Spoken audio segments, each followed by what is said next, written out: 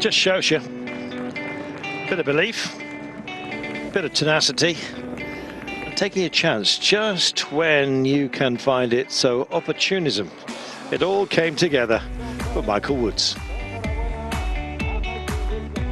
Stage 7 was his. How will he get on stage 8? And indeed, how will anybody stop him? Well, Carapaz is out to, well, stop everybody at the moment. Well, it was a very, very quick and difficult stage out there, he says. Well, it's all about control. Our team did a great job in that regard. Well, it's about strategy, it's about timing, just getting everything where it needs to be.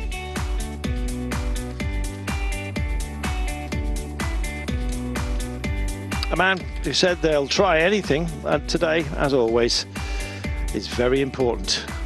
It is. He leads by 18 seconds. Dan Martin 20 adrift, Roglic at 30. What about today then? Stage 8, Moncalvillo. Just check this out. Looks like they've overcooked a bit of spaghetti and dropped it on the floor. We're not that far our finish from the start today, so we're looping about all over the place. And all over the place have been some of the challenges in this race. Could it be the same today? Going to draw a breakaway. Will they succeed? Don't know. That final climb is so tough. It's the real announcement of the solo endings to the superstars. Yeah, teams may well be shredded today. We'll see how they go. This is the rollout a little bit earlier on today. Excuse me. New man in the polka dots after doing so much work yesterday. Gil Martin. All credit to him. Roglic staying in the green, Richard Carapaz in the leader's red jersey, and Enric Mas wearing that young rider's jersey for Movistar. Well, after yesterday, nothing can be taken for granted, and also any predictions about the demise of Alejandro Valverde have to be kind of shelved. He looked evergreen yesterday, and in fact, if he got his, if he's picked his battles correctly, it may well have been that he'd have come away with the victory. Omar Frey, likewise, was too busy looking at Valverde, and that allowed Mick Woods to skittle off, which he did beautifully. As for today, we've got a wide open plain, as you can see, and a mountain to play with. As always in this part of the world, they stuck a crucifix up at the top. Gives you a good aiming point on a day such as this. So we're looping, jinking and diving all over the countryside, and then finally we'll have a test where we're likely to see the big players duking it out amongst themselves. There's no chance really of a massive group coming to the end because it's such a difficult incline when we get there. Well, here we are. Finally our mare gets Logrono. Nice little underbelly for his watch, his wristwatch, when he takes it off on his desk, he says. So what about today? A long one and a tough one, but only at the end. About to draw out a breakaway? Well, guess what? That's precisely what we had at the beginning. A couple of whoops, as you've heard. Today's stage has a sprint that announces our first climb, but the peloton are about to start climbing pretty soon, actually. We're about 68 kilometres into the day. It's a short day of 164 in total. So my maths has just about worked it out. But as you can see, we've got a decent breakaway, not least because Remy Cavagna's up the road again. I think he might be going for overall combativity award. Rui Costa, Portuguese champion, you can see him with his flag splat across his back. He's also here for UAE Team Emirates. Rob Stannard has made it with the lime green shoulders of Mitchelton Scott. Another great stager in moments like this. Standard Wolf, hard man for Lotto. He's also up the road. We have Benjamin Dibble, who's also made it, known as the Officer. We'll see how he goes today, the Australian from NTT. We have Julian Simon, who I quietly backed a couple of days ago at about 400 to 1, to be honest. So I picked the wrong day. He's up the road as well. And Angel Madrazo has also made it up here again. Principal for Burgos BH, so no surprise there. Just look at this absolute absolutely glorious patchwork. It looks like one of those old quilts that your granny would have stitched together and then thrown across Sean Kelly in his bed. Bless him. A day of glorious sunshine and very little wind. 19 Celsius in the valleys. That'll do. It is a light breeze. It's coming from various directions today. The wind can't decide what to do. But it is mainly from the west. Well, yesterday it was Movistar that put the wind up everybody, and not least Richard Carapaz. It took his time. Well, in fact, he didn't bridge over to Valverde, and we were all kind of asking ourselves questions as to why that fire wasn't put out, because Valverde did make inroads, got himself into 9th place overall, but it could have been a lot more damaging than that, quite frankly. But I don't know, where there's a will, there's a way. Well, the way today is to follow the road up towards the sky. There are a few missing, however. Kenny Elissonde, remember that grisly day a couple of days ago with horrible weather and muddy roads? Well, dirty roads, dirty water all over the place. Yeah, bit of ingestion, and he has got himself, unfortunately, a dicky tummy. So Kenny Elissonde has left the race. Also out is Jay McCarthy after what looked like a plane crash, didn't it, at speed. There was bike debris all over the place. It took him a long time to ease onto the stretcher and be carried away, but no serious injuries, and that, well, partially, I think it's probably a miracle, quite frankly. Right now, you are looking at a team in their pomp. Just look beyond the Grenadiers and you'll see EF Education, who, after their win yesterday, just loving life, and with Hugh Carthy beautifully placed, and many saying he's the only man who can really stick it to Roglic and Carapaz. Well, we'll have to wait and see. Meanwhile, time to check out social media and see what everyone else has been saying about the peloton.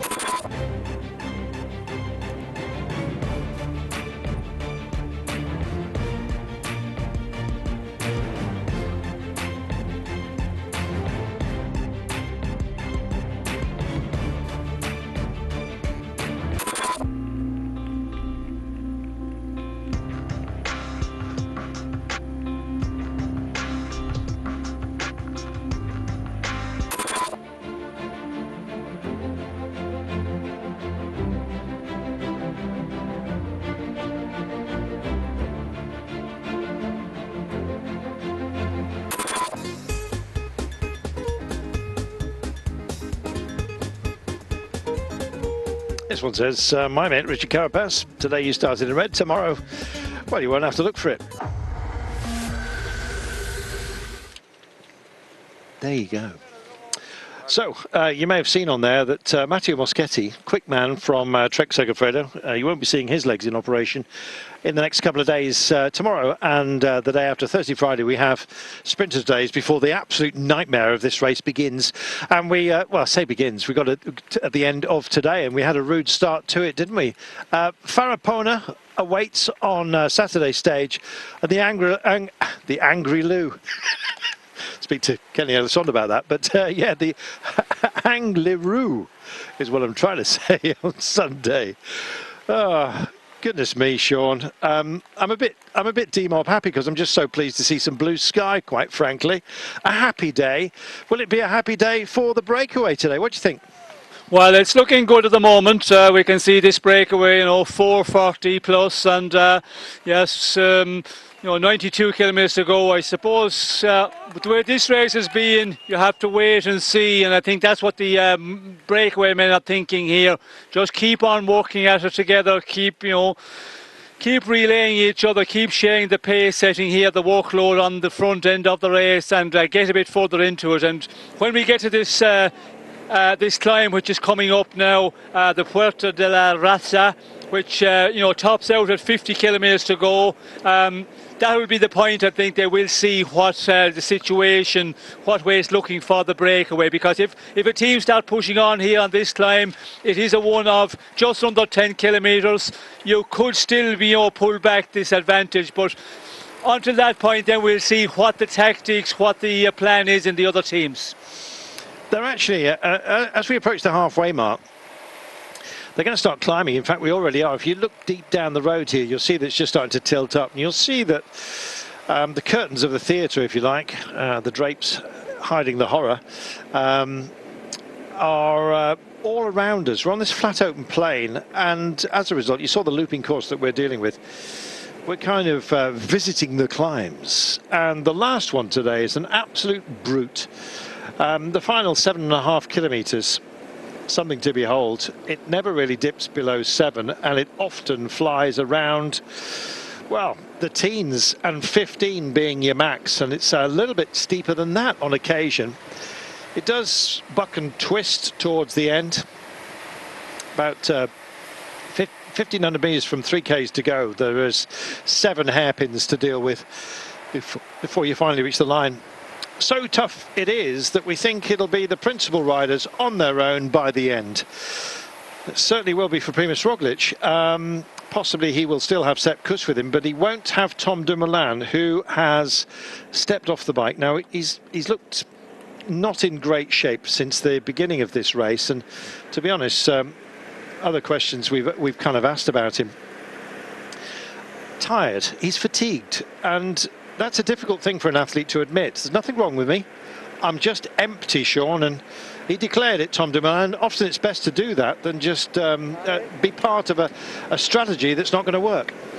Well, he talked about that in the earlier part of this Vuelta when he lost time on the earlier days. He said he was, feeling the fatigue and, wasn't recovering well. And reading today, the team said that, every day he seemed to have more fatigue as this race was going on. So the best decision was to take him out. Not an easy one, of course, with the race for Jumbo-Visma. If he was riding well, he would be a very important part for Roglič to, challenge to win this race outright. But, the way he was feeling, big fatigue setting in and not able to contribute anything. We see like he's losing time every day. It was a bit difficult, and at the moment, last night he was 42 minutes and 25 down. That tells how much he's been suffering the last days. But yeah, disappointing for the team, I suppose. But there's nothing he can do. There's no miracle. And you ask yourself, why is that what the case? But Tom Dumoulin, I suppose, he missed out, a lot of 2019, certainly the second half after that back crash he had in the Giro. Then this year in the earlier part in the spring, he had an illness and he didn't race in the earlier part. So all of that can take its toll. We did see in the Tour he was good, but you can go good for a number of weeks, but to hold your shape when you haven't that foundation is difficult. I think it's a wise decision. You don't want to be forcing a rider on when you can break him, basically. Tom's gone.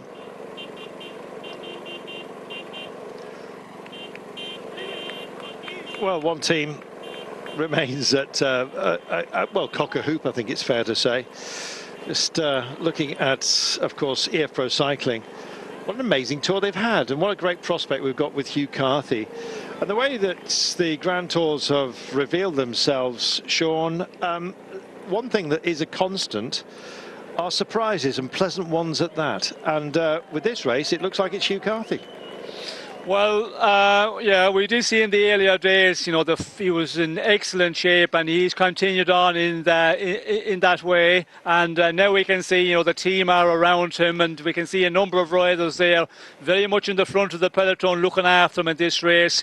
We also see yesterday when his teammate Michael Woods won the stage. He was asked a question, about what's the plan for the rest of the race, and he said, well, looking after Hugh Carthy is one of them, but he might get another day where he gets a bit of freedom.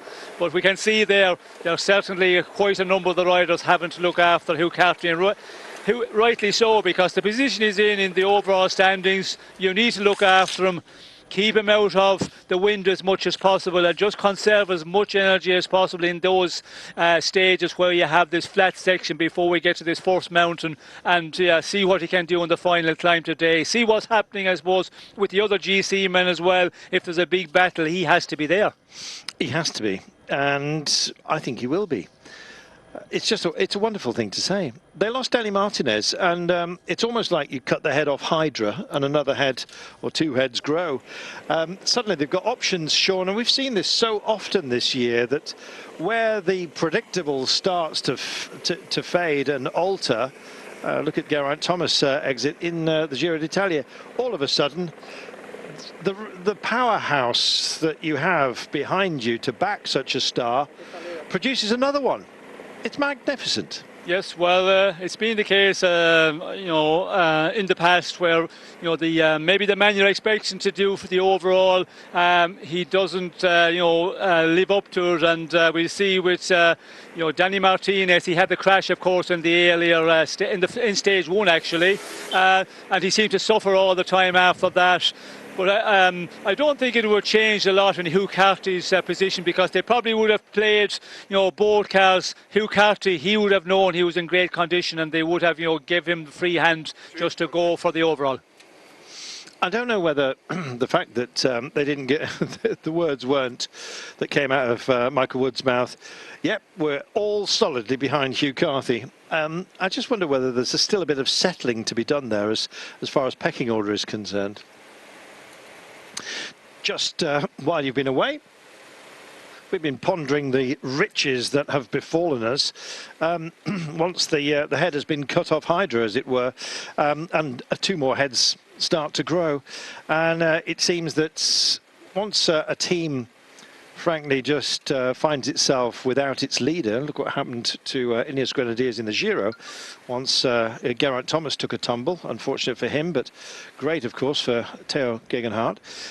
Same thing, is it going to happen in this race with EF Pro Cycling and Danny Martinez taking a tumble in appalling conditions at the beginning of this race? And then all of a sudden, they've had to recalibrate. Now, the alternatives were Michael Woods and Hugh Carthy. Hugh Carthy, a lot better positioned than Michael Woods. Yesterday, Michael Woods was asked who they're going to be backing. Will they all fall behind Hugh Carthy? And they said, yeah, of course. But, opportunities may present themselves. So Michael Woods hasn't given his full backing, I wouldn't have said, at least for the time being. That said, you don't want to hedge your bets and you don't want to give too much away. So it may well be, and the way they're riding today, they certainly are, slotted in behind Hugh Carthy. Ineos Grenadiers, they find themselves in the red jersey, rightly so, with Richard Carapaz. But, yeah, they've certainly got some question marks over them. Golas, by the way, is one of those who has not started today. So they are a man down. Tom Dumoulin not starting. Many of the newspapers are reporting it was his decision. Can you explain it a little bit, please? Yeah, I think it was a decision with the coaches and the trainers and Tom together. And we tried to convince him first after the first difficult days to stay here and to help the team. But after 1 week we have the conclusion that he didn't improve anymore and was really suffering yesterday. And then you have to make a decision how hard it is. Even with Primoz, we need every help, but to destroy Tom is also not a good decision. It seems strange from the outside, because even though Tom is obviously not feeling good, and he told us the same, even if he could just do one day or even one half a stage, just getting bottles or just helping on the flat, it would still be useful for the overall. Of course, and he did so now for 7 days. He did a really good pull when Primoz lost the contact you saw earlier in the descent. There was cause of course Tom did a really good pull to bring him back into the first group, and maybe there Primoz could have lost the Vuelta, so that was really good for him. But after that we saw that he was not having the good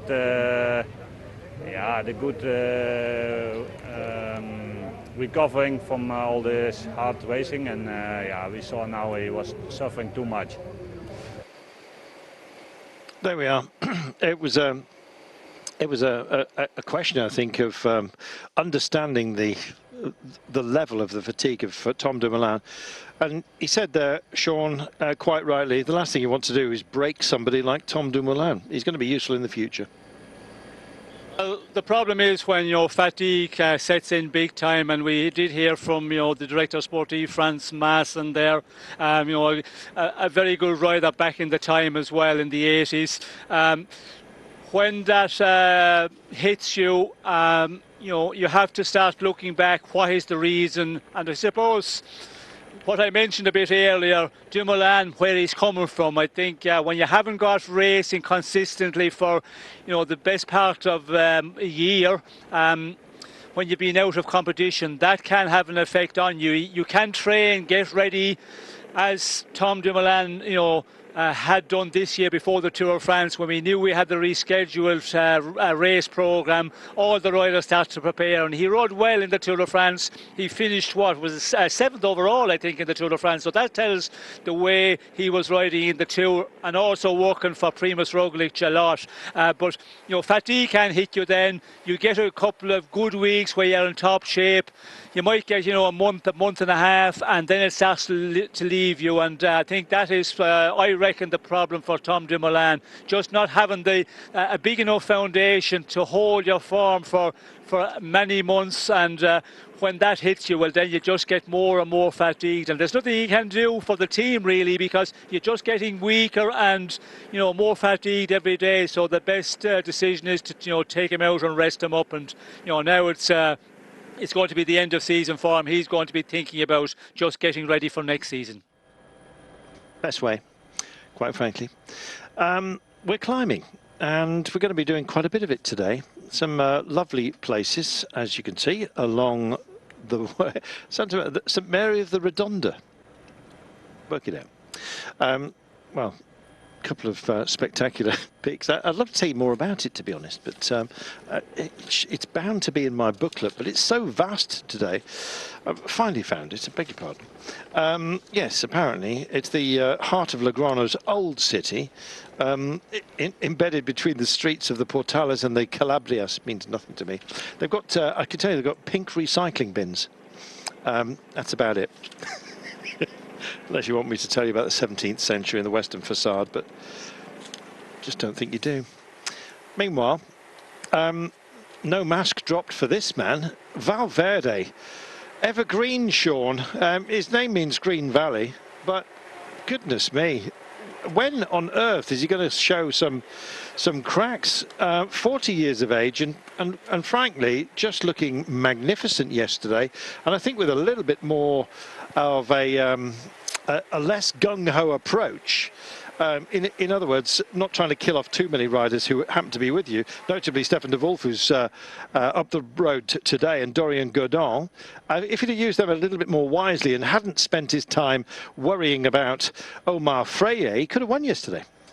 Well, I think he gave it a good run, because he was the one who was being marked a lot, and because he was in the general classification, it's always a problem for that rider. There was riders that did not want to ride with him, and we see that very early in the race, with a very big breakaway. Of course, it was very unorganised from a long ways out, and in the end, he managed to get into the to that leading group. We did see Michael Woods when he attacked on the Puerta de Hondura, second time up. Valverde looked very impressive, as the other ones in that breakaway did as well. So it was the strongest men in the end found themselves in the front, but there was a bit of a rivalry between Omar Freire and Valverde, because we could see that they were chasing each other a lot in the final.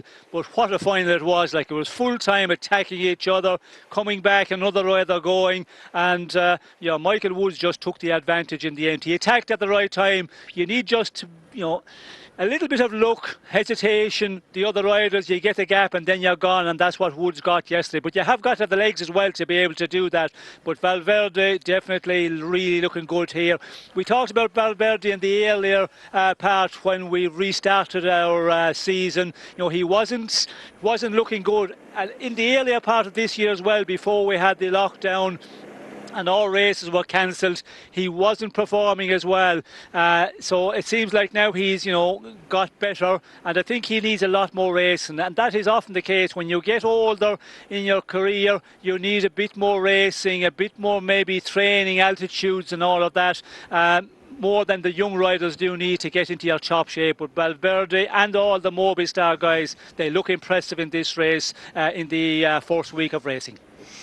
It's beautiful around here, Sean, and we're kind of in wine country. Are we near? Is it sort of Rioja country? Is it wine in a basket?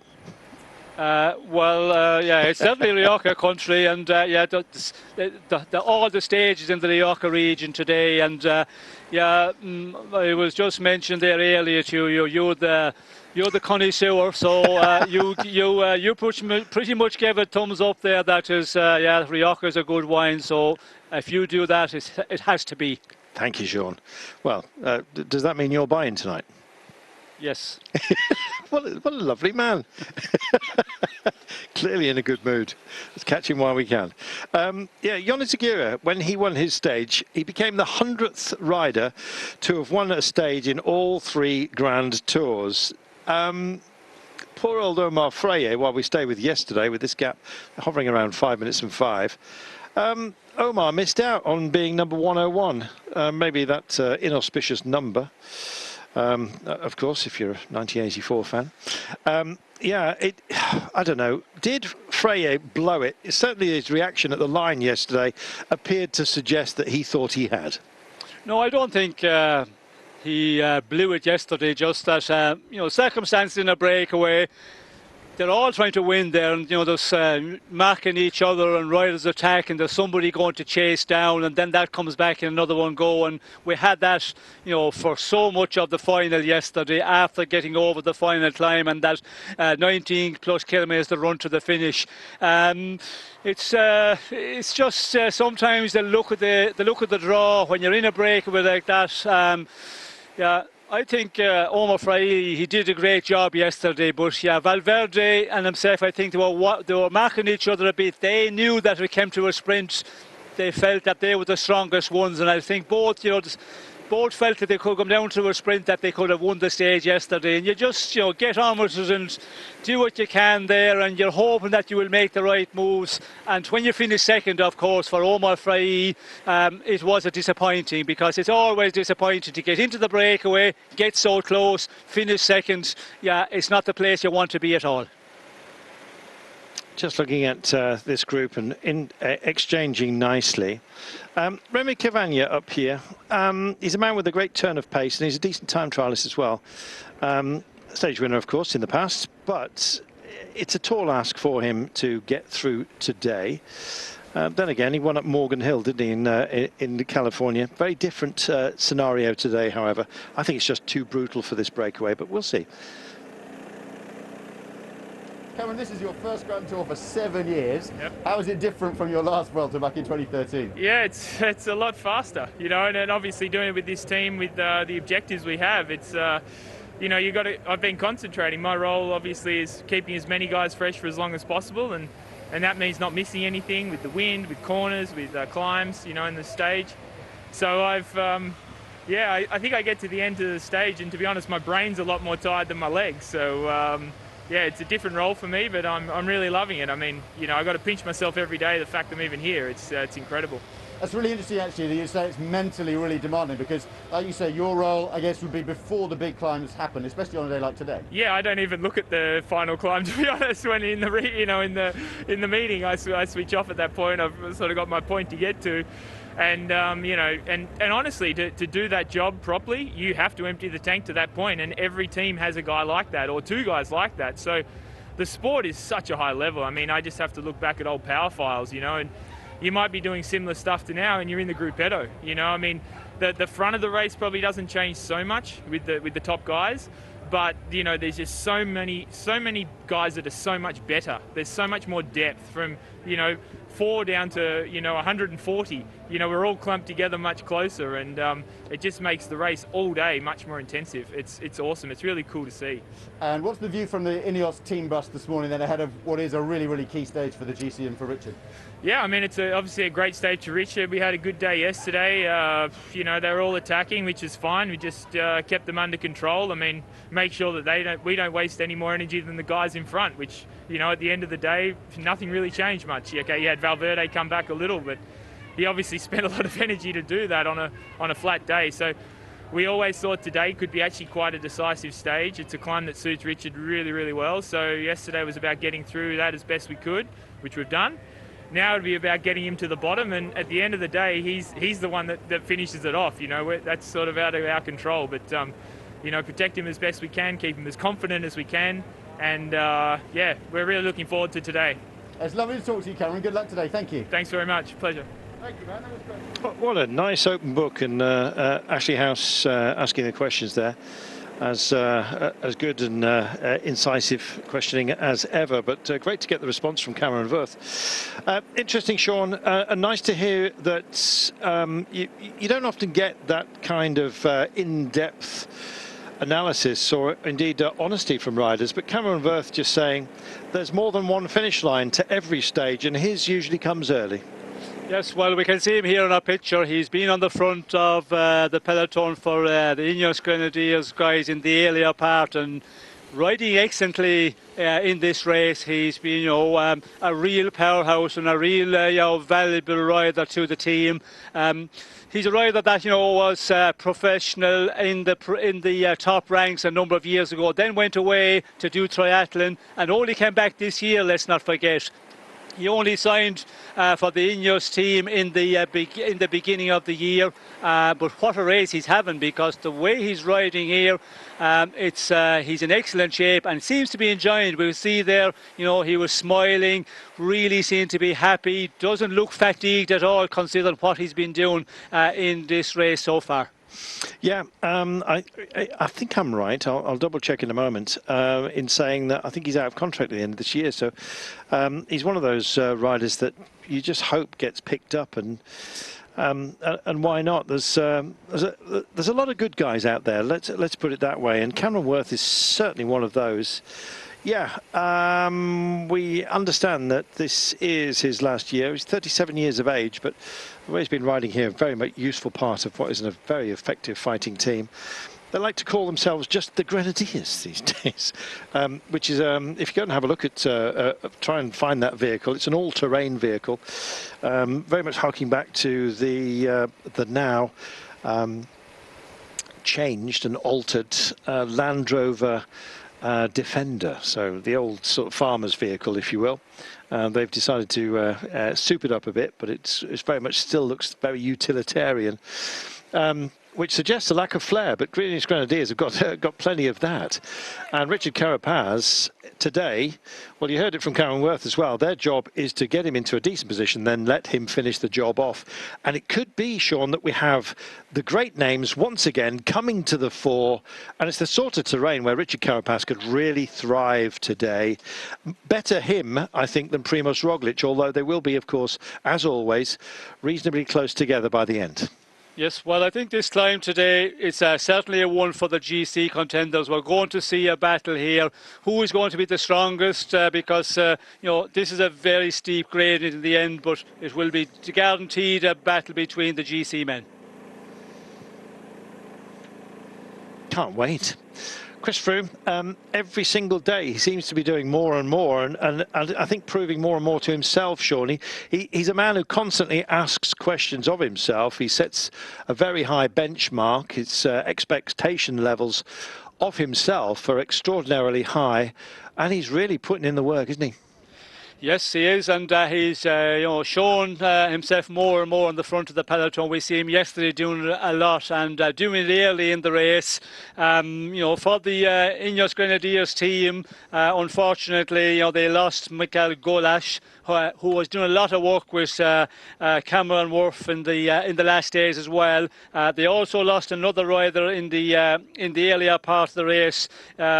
Brandon Rivera, the Colombian, so they're down 2 men, and that's not a great place to be, because you need all men around a man who is going for the GC, and on a stage like this, as it was yesterday, in the earlier part of the stage, you need a number of riders to control the breakaway, and then keep as much men for the final as possible.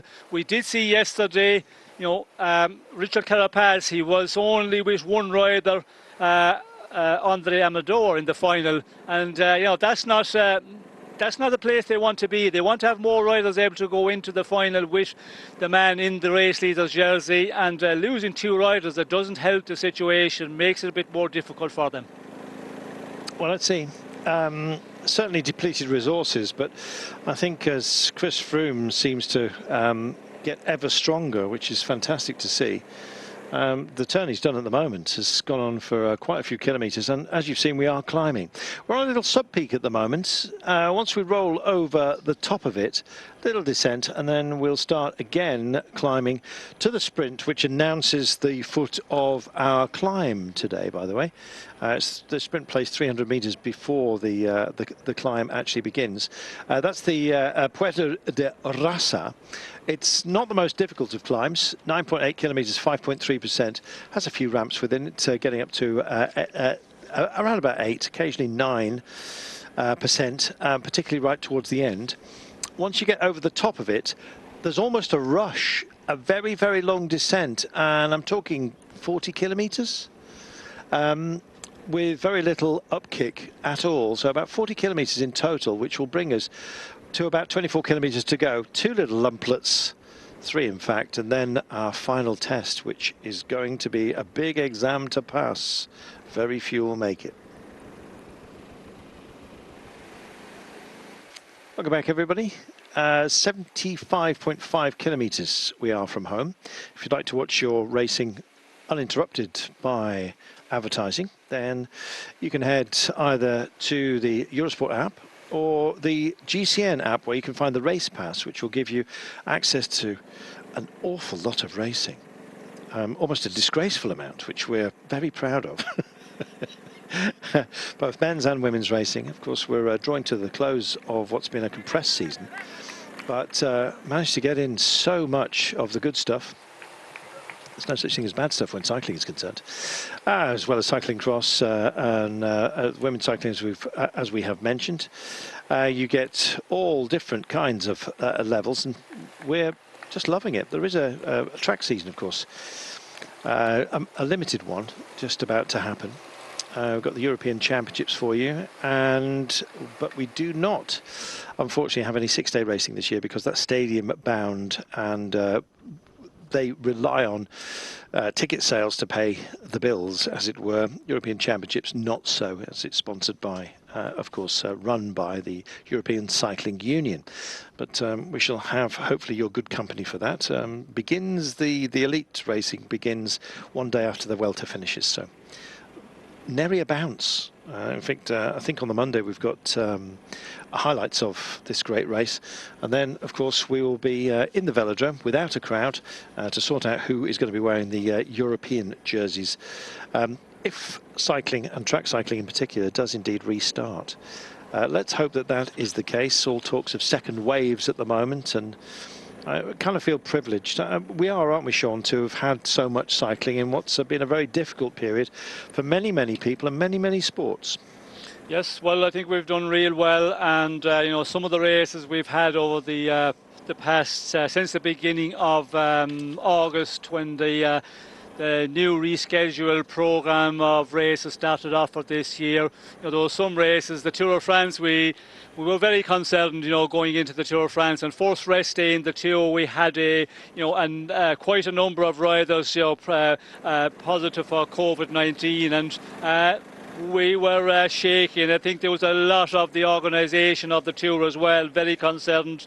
But yeah, they got through well, got all the way to Paris with the tour and had an excellent tour. And then they went to the Giro, of course, same situation. Pre-race, first rest day, there was always a number of riders and personnel coming up positive for the virus, and again it was getting a little bit scary for a lot of the people on the race, more so the organisers. They wanted to get to Milan, and in the Vuelta we see there on Monday when they had the tests, there were 684 people tested, riders, team personnel, people in the organisation, and everybody was negative. So that is a good thing for the Vuelta. It looks better than the other two big tours that we've had already. Fingers crossed that it goes on like this and we get all the way to Madrid. It's looking very good now, and we need it. Our viewers need it, because they have been starved from cycling all summer, and the riders and the teams more so, because we talked about that. Team sponsorship is becoming a problem. We talked about that during the lockdown when we had no racing. They were cutting wages, a lot of the teams. It was getting very difficult, but I think what we've had now in the last number of months, the racing, it will settle the ship for team sponsorship quite a lot, hopefully for all. And get this season over with. This Vuelta goes all the way, and looking forward to next year and hopefully for better things. Yeah, can't wait. Be nice to settle down, wouldn't it? But then again, the racing we've had here, we've been blessed. Let's put it that way. Feeling blessed, I'm sure. Big woods after yesterday. Michael, it's already been a brilliant season in terms of Grand Tours for Education First. You've had victories now in all three. What could make this season even better? Well, yeah, it's been a really nice season for us. I've never been on the team where we've won stages at all three Grand Tours, so it's nice just feeling that level of momentum. But I think the icing on the cake would be a great GC performance, and we've got a guy who's in contention right now with Hugh Carthy, so I'm excited to be riding for him for the next 2 weeks. Define a great GC performance by the time we get to Madrid for me. I mean, you can almost already define it as that. I think Hugh's already surpassed a lot of expectations being in second, so everything else after that is just gravy. I think, yeah, I mean, if he holds this or even moves up, that'd be just something that's incredible. He seems to be like super relaxed as well, the way he's riding. Even when he talks to us, he's like a different person from that we've seen before. Do you think that's helping him on the road too? I think it's easy to forget how young Hugh is. Sometimes he acts like the old man, but he's young, and he's just gaining experience every year. And I think the performances that he's having now on the bike are a reflection of that age, of that experience. He's now 5 years, 6 years a pro, and I think we're just starting to see the beginnings of Hugh Carthy. You've had your stage victory now. I guess from now on it's all about protecting Hugh, or you guys still going to try to get stage victories as well as doing that? I mean, I think it's going to be a balance of that. I think the big focus has to be on Hugh now, but who knows what's going to happen down the road. Maybe there are some opportunities. Until then, though, we're going to just make sure that Hugh's protected. Hugh Carthy came on the radar in 2014. That was a long time ago. He's only 26 at the moment, so you do the maths. Quite remarkable. He was with Rafa Conda JLT, and Kaya Roral said, thank you very much, and signed him up. And we've followed him right from that time, to be honest, and it's been a joy to watch him just come through. He didn't only take a stage on that race in career, he won it, the whole thing, and it was a remarkable race with some pretty good riders as well who were along and not just riding for fun.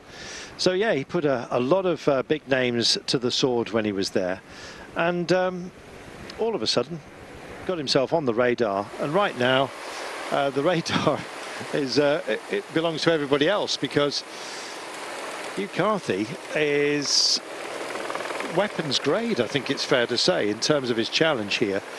Is he, Sean, the only one who's going to stop Roglic or Carapaz duking it out for the title? It kind of seems that way.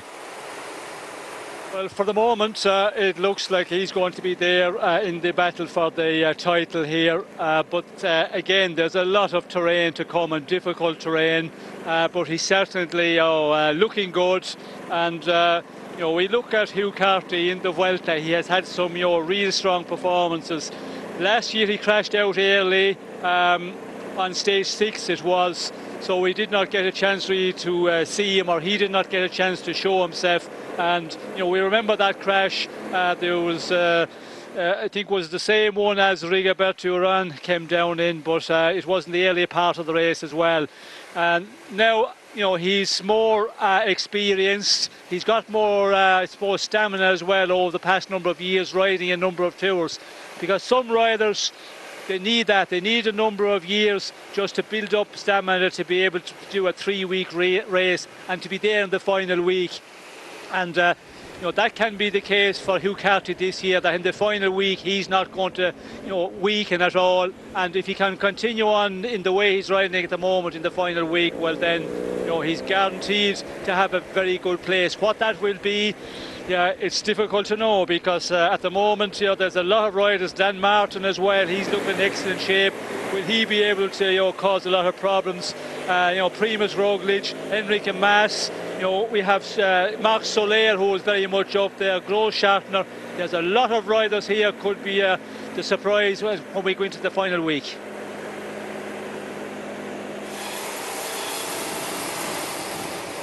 What about our breakaway? No disrespect to them at all, but we very much feel that it's going to be the main contenders that do wind this one in. They've already started on the approach.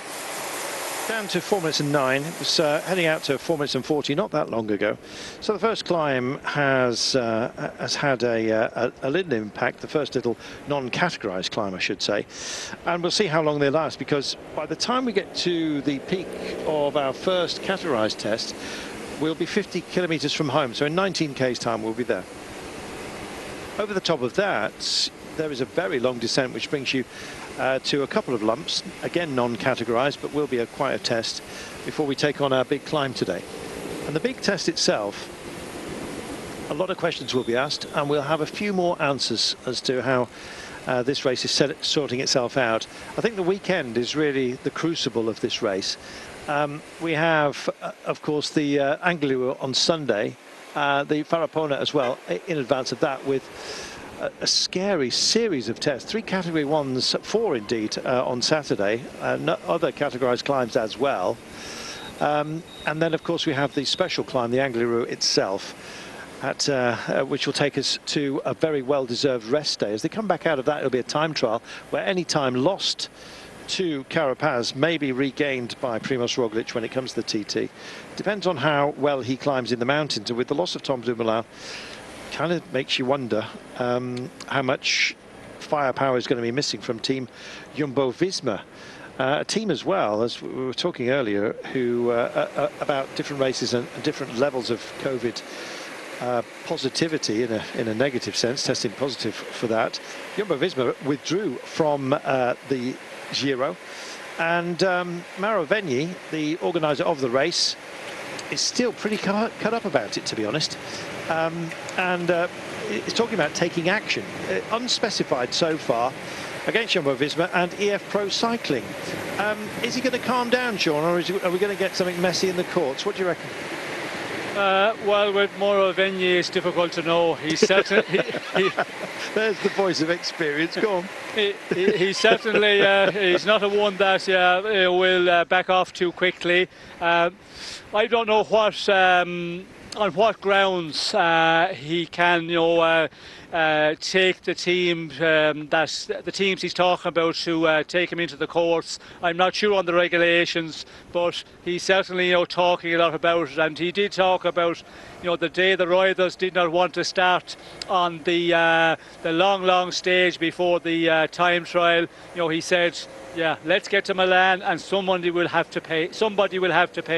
Whether he will continue on that, but yeah, he's talking there. Yesterday he was talking it up.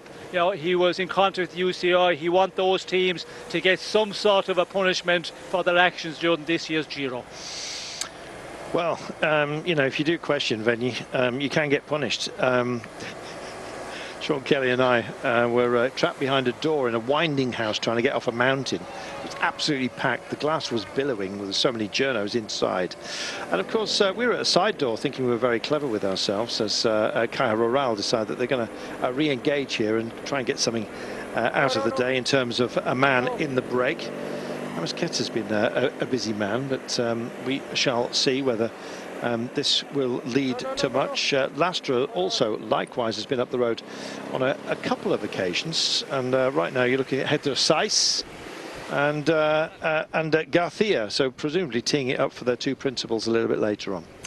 Yes, and we found ourselves standing right next door to Maravenu, who made his way through the pack of journalists. There must have been 300 of us, and another 200 inside the winding house to try and get on the lifts to take us off the mountain.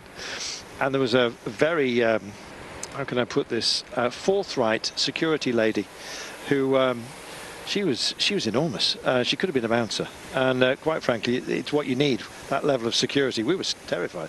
Anyway, Venue turned up and said to Sean, "So how's it going?" And Sean said, "Well, this is a bit of a mess." Big mess. And then he got the Venue look, and Venue said, "You don't like it, you can always leave." And then the door opened magically because he'd been on the radio. He went in, and we said, "Oh, are we coming too?" No, and the door slammed shut and we were left outside in the cold. That was your fault, Sean. Well, we had been standing outside in the cold now, Carlton, for a good part of an hour, maybe an hour and a quarter. And yeah. I think Rob Hatch was also there with us on that occasion, and yeah, it's something we talk about quite a lot, and we have a lot of laughs about it now. But on the day, you know, it wasn't a nice situation, and I was. The riders, we could see the riders that were coming in. It was a mountaintop finish. Riders were coming in Group Eto, you know, cold at the top, and they were trying to get down as well with their bikes, and they had to fight their way through. A lot of spectators who were in a huge big queue outside that door. So that was my words to Venue, that, you know, for the riders it wasn't fair, and for us guys as well. I said we've got to work as well, so I thought we might get inside that big steel door, but not at all. No, the Amazonian security guard was having none of it, and neither was Venue. Yeah, he got off fine. Anyway, yes, Jumbo-Visma, of course, withdrew from the Giro, and EF Pro Cycling wrote a letter calling for the organisers to stop the race because of the COVID positive tests. Thankfully, the race did, of course, reach a conclusion, one we're very happy with Theo Gegenhardt. But Venue's not happy at all. He's still venting, the venting Venue. We'll see how he goes, but I don't think it's going to get to the courts. I hope not. Anyway, you know, we need to move on. We had a great race. He had a great race. So let's just put that one to bed, shall we? Just get on with enjoying ourselves. One man is enjoying himself from Movistar. Stage winner, Marc Soler. There he is.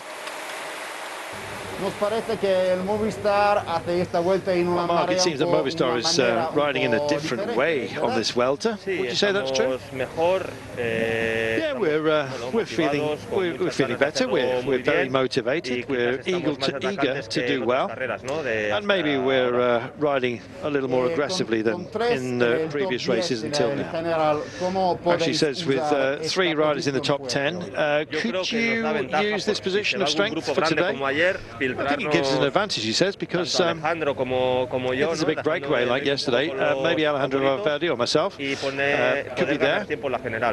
And Enric Mas could be with the favourites in a good place to win time on the GC. Well, for your riders, who do you think is looking weak and who is looking dangerous amongst your rivals?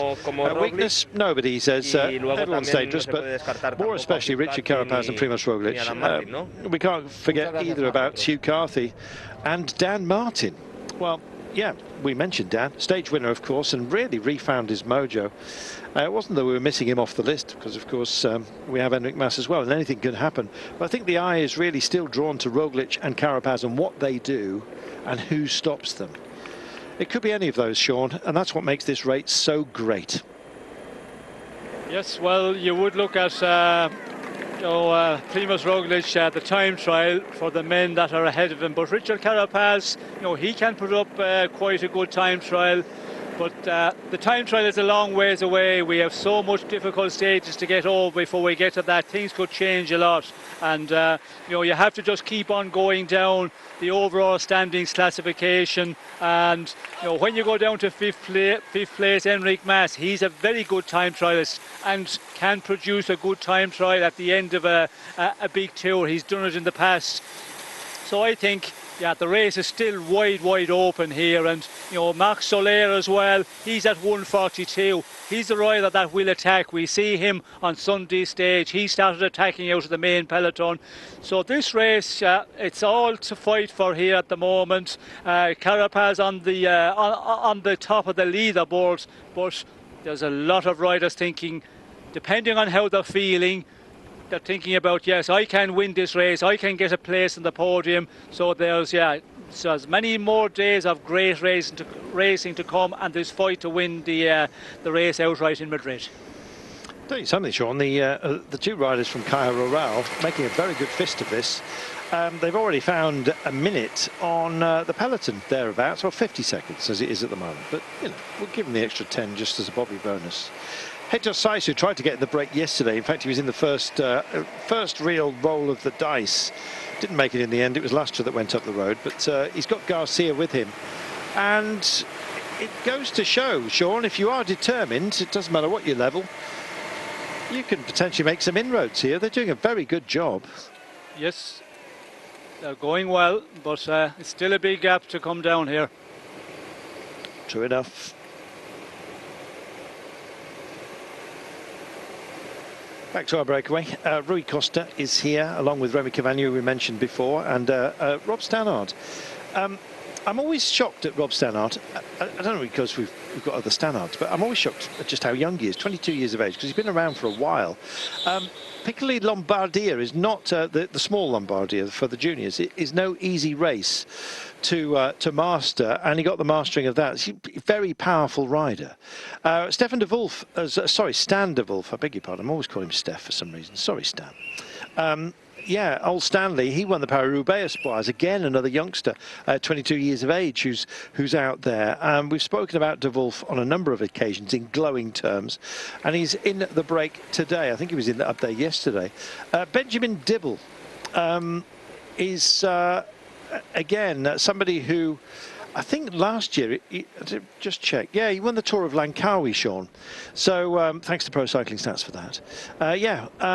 And that's no easy task either, with the Genting Hills and the rest of it.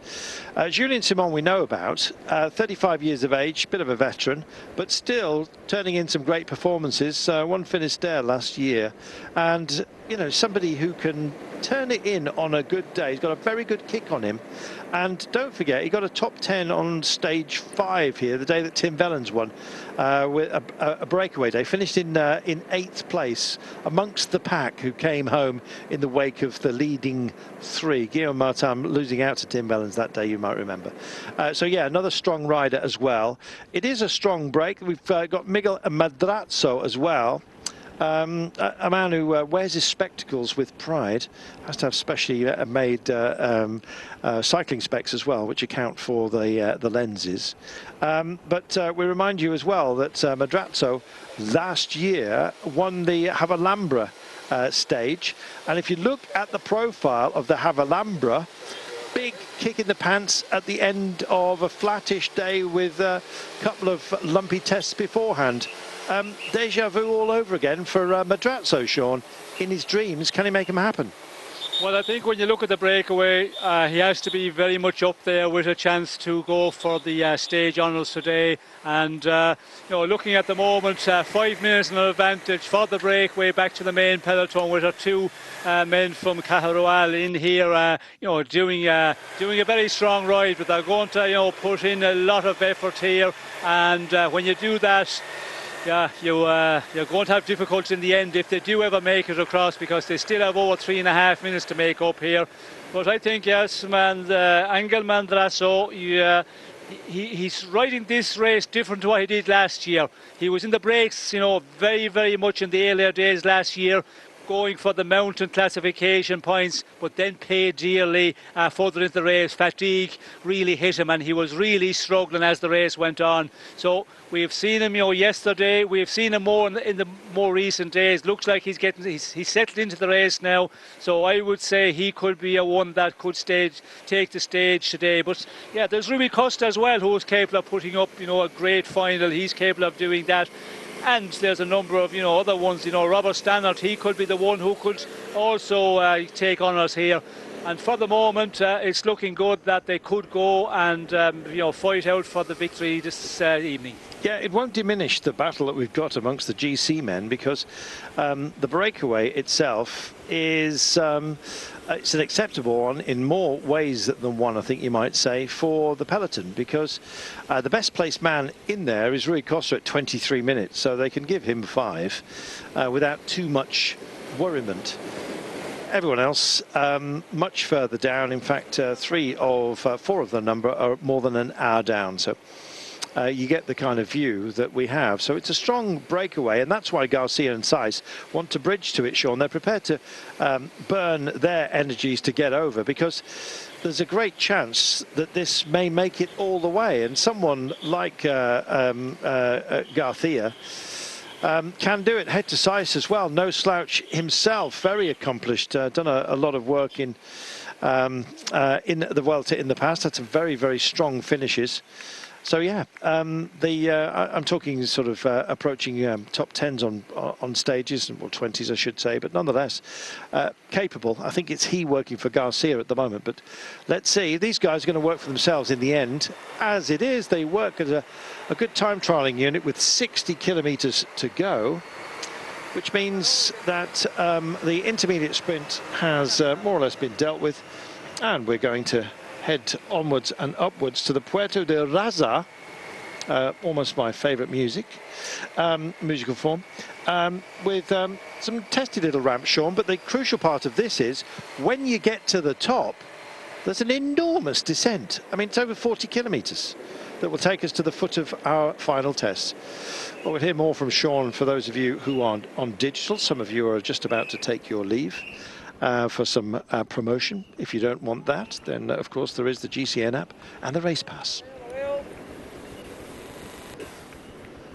Sean, a crucial pivotal point of the day as far as the breakaway are concerned, because they've got a very long descent once they've dealt with this this peak, which they are now upon. Yes, well, we can see there that the breakaway just went onto the climb there some moments ago, and yeah, the Puerto de la Raza, it's it's a climb that's not too difficult, and with the race situation, the breakaway, they're going to try and ride this one at a good pace, and hopefully that all the men in the front are good enough just to stay together, get over this one, then get onto the long descent, as you said, and get onto the final climb of the day. Our 2 men from Cajarual, they're going to have a hard ride here just to get onto the climb, which they'll be coming to pretty shortly. But then when you hit the climb after pushing on here, as they have been doing, will they be able to continue eating into this advantage to the breakaway out front? We'll see that pretty quickly on the first kilometres on this climb. Yeah, it's looking good for the breakaway, as I said. Now at this point, unless we see something happening in the peloton where a team really takes it up and drives it on at a super fast pace, it should be okay for the breakaway, because we top out on this climb, 50 kilometres to go, a lot of it are descending, so that will help the breakaway as well. But yeah, you always have to wait to see what will happen in the peloton on this first climb of the day. Well, these two are making headway. This is excellent work by them, Sean. They're coming up to 2 minutes of an advantage over the peloton with Carapaz. So it shows what a bit of fortitude can bring you, and it may well, their reward, of course, will be some very tired legs when they get to this category 2. But they've got that long descent, as we were saying, to refine some of their strength. Just passing by the intermediate sprint that's of no consequence to us today because Primož Roglič very much installed within that points categorisation. I'm sure that Rui Costa got up for some of those points, but on 29 points it really is too much to ask. Heitor Saiz has done his job for Garcia and has released him. It was TTing on his behalf, but just went pop, Sean. Almost heard that down the valley. Yes, well, we see there he just gives us everything, and then on the climb immediately just pulls over, job done. And yeah, it's going to be a one for Garcia here, you know, to close this 3 minute plus of a gap here. This is going to take an enormous effort, and up front, you know, they're just going to continue on as they have been doing and get onto the descent, and it's going to be difficult for him to pull anything back on the descent because, you know, the breakaway is going to go down as fast as he will. So yeah, it's going to be a big ask for him to get across to the break. Welcome back, everybody who have been away. A reminder that you can keep in touch with the coverage uninterrupted if you go to the Eurosport app, or indeed the GCN app as well. And you will find, GCN Player, you will find the race app, the race pass within that. So go and enjoy yourself. Why don't you? Cycling's your thing, and I assume it is if you're with us at the moment. Heitor Saiz has just done a job for Ivan Garcia, who Johan Garcia, I beg your pardon, who has just pushed on into that gap on his own on the climb. It's a Category 2 test once we get to the top of the Puerto de Reza, and then an unholy descent of some 40 kilometers, so no, not quite that much actually, 35, something like that, but a long old descent. Maybe he'll have a chance to at least rest his legs, but the inroads that Garcia has made on the riders in front of him, who are our breakaway today, I'm afraid it may well be that that gap is just under the 3 minute mark at the moment, so he's giving it a very good go. And it shows you what you can do if you have a great deal of belief, and he's left behind some quality riders. When we start coming up to start to skirmish, Sean, and whenever this happens, everyone starts wondering what the battle plan is, because it's been a bit ad hoc the way that they have approached with aggression this race, but it's been very effective. Yes, well, there seems to be a little bit of a discussion there between the Movistar riders and the Ineos Grenadiers there, Cameron Worth. It looks like that, yeah, there was some sort of discussion just getting onto the climb, and now we see the two men from the Movistar starting to push on. And this is what I mentioned a bit earlier, you have to wait the final climb, see what the main peloton will do. And it looks like Movistar again want to up the pace here and really put the pressure on, as they have been doing on many occasions in this race. You don't do that unless you're very hungry and very capable, and quite frankly I think they're both, after what's been a relatively poor season by their own standards. Some of the gaps have been huge in terms of their wins, and Valverde could have had one yesterday, I think, if he'd just rode slightly differently, but nonetheless they're going for it again. And you saw the young riders jersey leader, or the wearer of that competition, the leader of that competition, Enric Mas, just tucked in. I think he fancies it today, and I fancy he'll go very well indeed. These are the wide open plains that characterise this particular climb. The land just teeing up, as you can see, rather gently. It's probably a big test for someone like me, but I think most of the peloton at the moment remaining largely intact.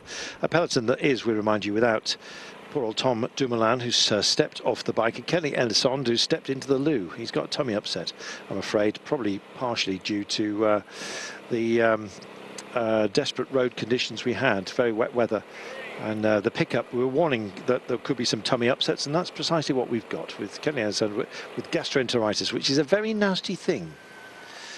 I've had it myself. Meanwhile, Garcia still going and still finding time, but each of the seconds that he gains take a bit more time for him to achieve them, I'm afraid. It's a very tough task to do it on your own, Sean, and he is lonesome now. Yes, well, it is going to be a difficult one here. You know, he's still that 247, and yeah, I'm not sure that if this tactic from the Cajarual team is the best one. Yeah, we can see Orlando Garcia Sousa. He's all on his own now, but he has a huge gap to close down here.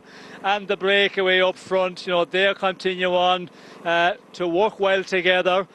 Get over this climb and then get onto the descent, and you know, he's not going to close this gap on the climb.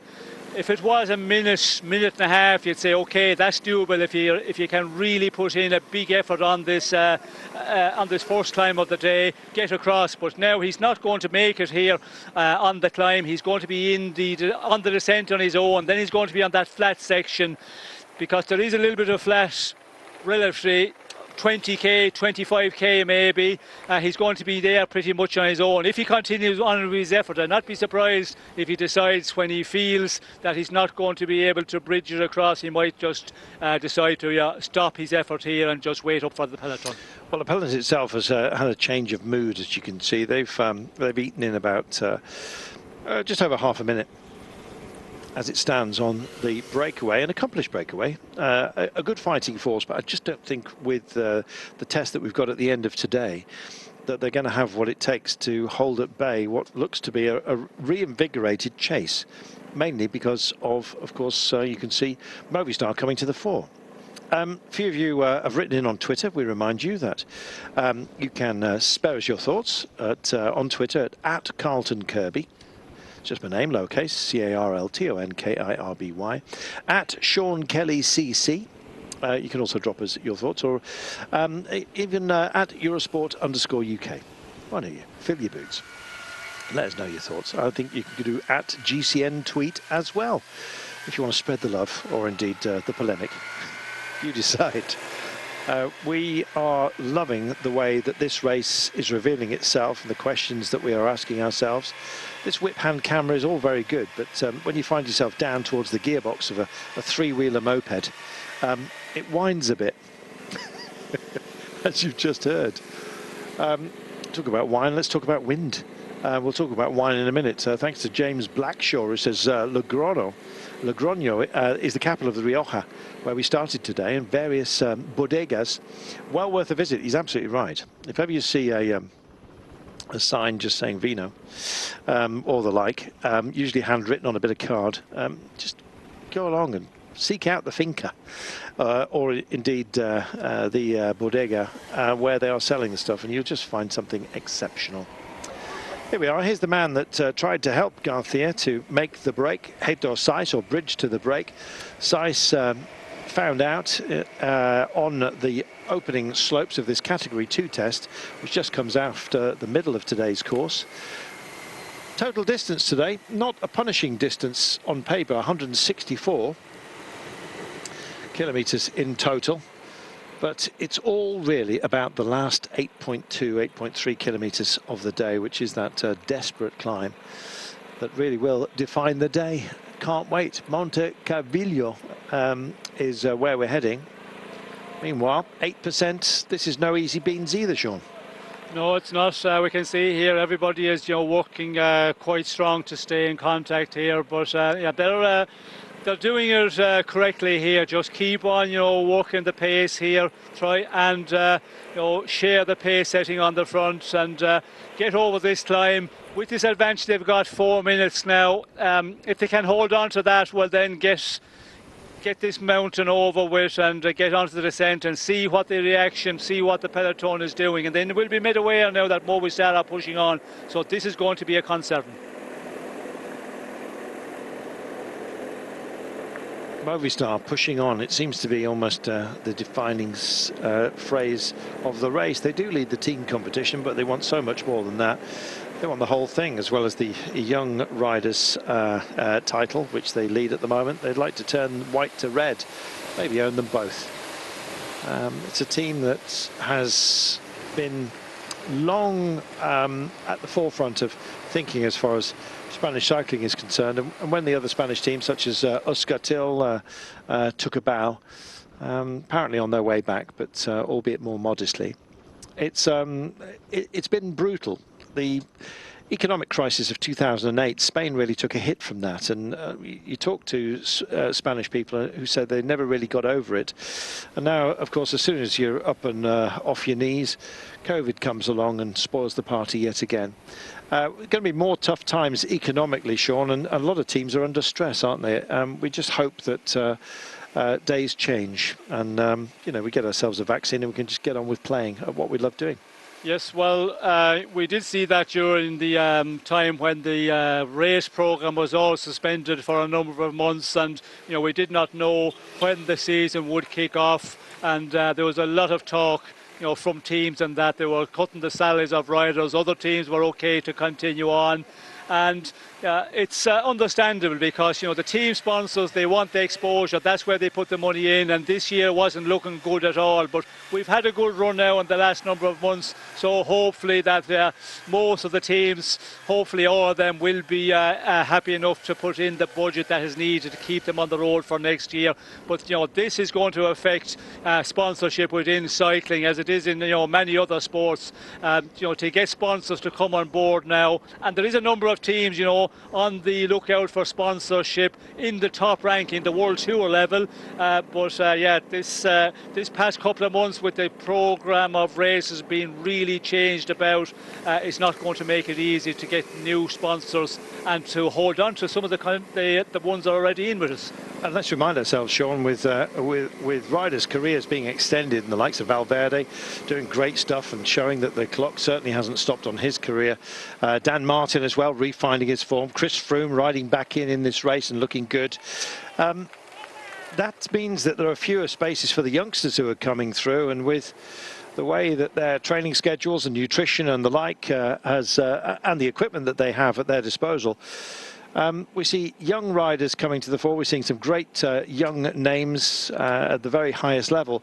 But for those who would normally expect to be on a cycling roster, there's plenty of riders, unfortunately, who are chasing ever fewer contracts and places that are out there, because riders' careers, added to the economic woes, start early and finish late, which means there's a lot of riders to choose from out there. Yes, well, there is a lot of riders that haven't got a contract for next year, and you know, there is going to be problems for riders with, you know, with teams pulling out of sponsorship as well. We know CCC is not continuing on sponsorship after this year. They did not manage to find a new sponsor. Jim Okovic was, you know, he was confident in the earlier part when it was announced, but seems to be that, you know, they're not able to find anything. And of course, there's a lot of those riders, you know, moved on to other teams. And I think teams, you know, the number of riders on the roster that they will have, they might, you know, keep it to the minimum. Where if things are really good, you take, you know, maybe 2 or 3 extra riders in a team in case you have a lot of riders with crashes, sickness, all of that, and you're well covered. So I think there'll be a lot of the teams, you know, just trying to work with the minimum of riders to just cut back on budgets because of the environment we're in. So it's sort yourself out time today. This is the first climb that has been categorised, and you can see as well that they're not giving Garcia much of a chance at the moment. In fact, the gap between Garcia and the peloton of favourites, which is starting to thin down modestly. You're seeing a few riders just off the back, but nothing serious just for the time being. That'll change very much so as we get towards the end. But teams are getting into colour order. They're starting to think about protecting their riders. Some have dotted throughout this group. Notably, Hugh Carthy's men have actually spent some energy just keeping up. At the moment, the pace is being dictated by Movistar. They seem to be in their pomp at the moment, Sean. They're having fun. Yes, well, we can see the men here for Movistar, the big rollers. We can see, you know, Verona's riding there. We can see Nelson Oliveira. We can see Arcas, I think he's up there. You know, all of those guys, Ervisi, you know, those are the ones that are going to use up on this climb. And you know, they are riding here with intent. You can see the way, you know, the peloton is starting to stretch out further back, and a lot of riders losing contact. And you know, I think a lot of the riders in the main peloton were hoping, okay, Lee Vigneault's Grenadiers just set this pace here, and we get onto this first climb and we get over pretty much in the peloton, or if not a little bit off, and get back on the descent. But now it doesn't look like all the riders are going to be able to stay in the peloton and get onto the final climb of the day. So this makes it difficult for a lot of riders. The riders here in the breakaway, they know what's happening behind. The riders in the peloton that have got to ride here, and the riders are getting dropped. So again, it's turning out to be another stage in this Vuelta, which is going to be a difficult one. And it seems to be every day, we have a difficult stage. Yesterday again, it was a real killer of a stage. It was racing all day, and today it's going to be another one. Do you think, Sean, that there are any cracks in the armour of Primož Roglič being displayed? And how serious do you think it is that Tom Dumoulin has not been at his best? It's bound to have added pressure to those amongst the team, and we've seen Roglič exposed without support on a number of occasions. And I kind of feel that he needs a bit of extra today. He's got Sepp Kuss with him, of course, who's mightily accomplished, and plenty of others to choose from on what's a spectacular roster. But I fear for Roglič today, and I kind of think that Mas and Carapaz may well have some fun. Hugh Carthy as well has shown himself to be exceptional on some of the bigger ramps, and we've got one of those where he'll be able to set his usual tempo today. But I fear for Roglič that today he may well lose time. But then again, we've said that in the past, like on Los Machucos in the past. Will he be threatened today? He'll certainly be, but what will his response be, do you think? I'm asking for predictions, really. Well, I think Primož Roglič, I think he will be okay today. We see him on Sunday losing the time on that final mountain, but there were circumstances for that, because we know about, getting his raincoat on and lost a bit of time, and then on the descent there were splits in that peloton, and in the final climb, he had to get back into the front of the race, and that takes a lot of energy, and the conditions was in as well, because everybody was really suffering because of the wet, cold conditions they were in for a big part of the day. So I think Roglič will be back to his best today, but yeah, you just never know. He's had, a long run where he's in top shape, because when the season started in the beginning of August, he was really in excellent shape in the first race. We did see him in Dauphiné, he was super. Then, of course, in the Tour of France. How long can that go on for? That is a question is on a lot of people's lips. Can he keep it going? Will he be competitive right through this race? We will see. I think some of those questions being answered today. One thing that we often describe Hugh Carthy as a bit of a diesel, but he's shown some real aggression and the ability to change pace and really take advantage and push on and gap the likes of Carapaz during this race. He is perhaps a bit more explosive than we've given him credit for in the past. And I'm just wondering whether today he can find a gap and then hold it by defaulting to his known capabilities. Busy speculating as to how today will pan out. We'll have the answers, of course, a little bit later on, but 52 kilometres from home. We're going to come up and over the top of this test. It peaks out in about 1,700 metres time for our breakaway. Who from them will fancy the mountains points is the question.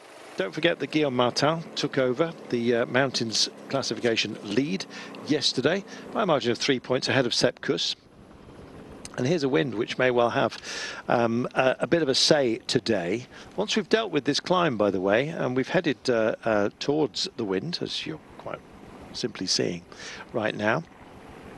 Looks like the Sportser boys have made a trip. Yeah, we'll be heading down towards the west, which is blowing a westerly for the time being. It's swirling about. If you look on Windfinder, it's hard to define today. They'll suddenly head northwards, which will be a westerly, and then we'll loop back around ourselves to Moncalvillo at the very end. So, go figure.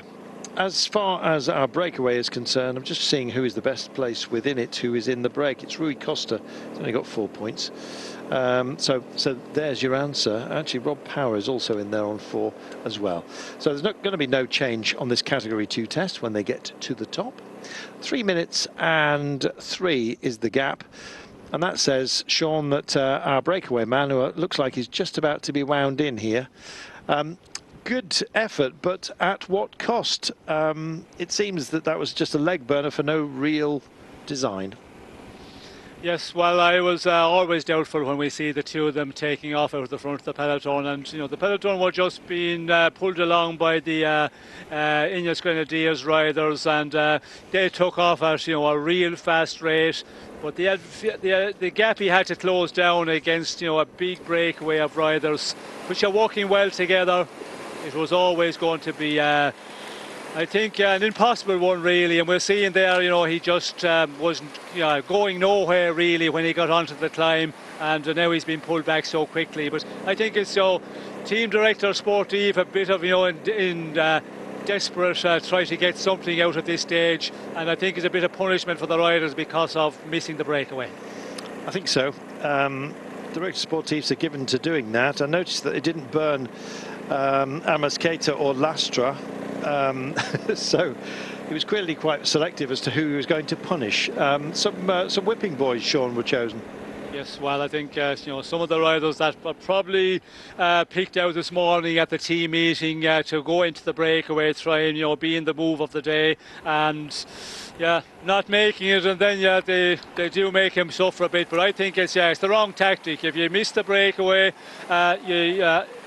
when it gets to a certain point, 3.5, 4 minutes, well, then you just say, well, we missed it today, guys. It shouldn't be the case. We have to wait for another day, but on the following days, we have to be there. And burn your energy for no gain. There's no point.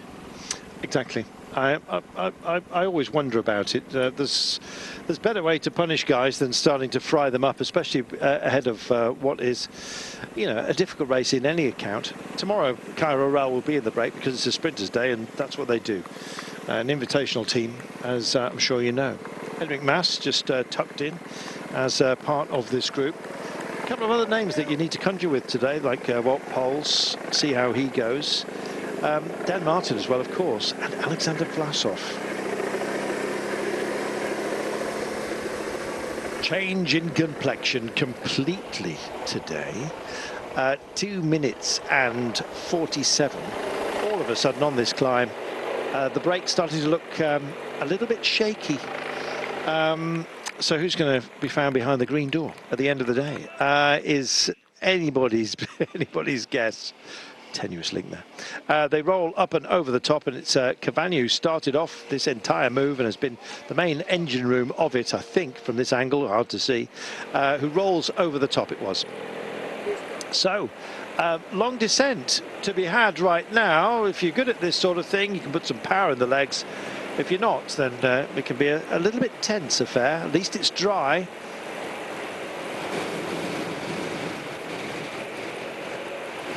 They're over the top, they're heading down, and this is a long descent. It will take us to about the 140 kilometers completed mark, so we're talking 25 k's of descending. It's taken me a while to work that out mathematically, but I got there in the end.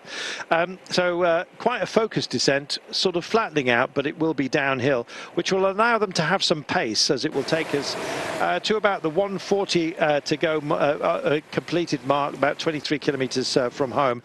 Place called Isalana, and that's where we'll have a couple of little bumplets, which I think will be taken as a sprint almost, before we introduce ourselves to the final climb today. We've been talking about it all day, Sean, but it is starting to get a little bit scary. Let's just deal with that final test momentarily. Some really horrible ramps, and there's a section that goes on for nearly a kilometre within that climb of 15%. That's no laughing matter.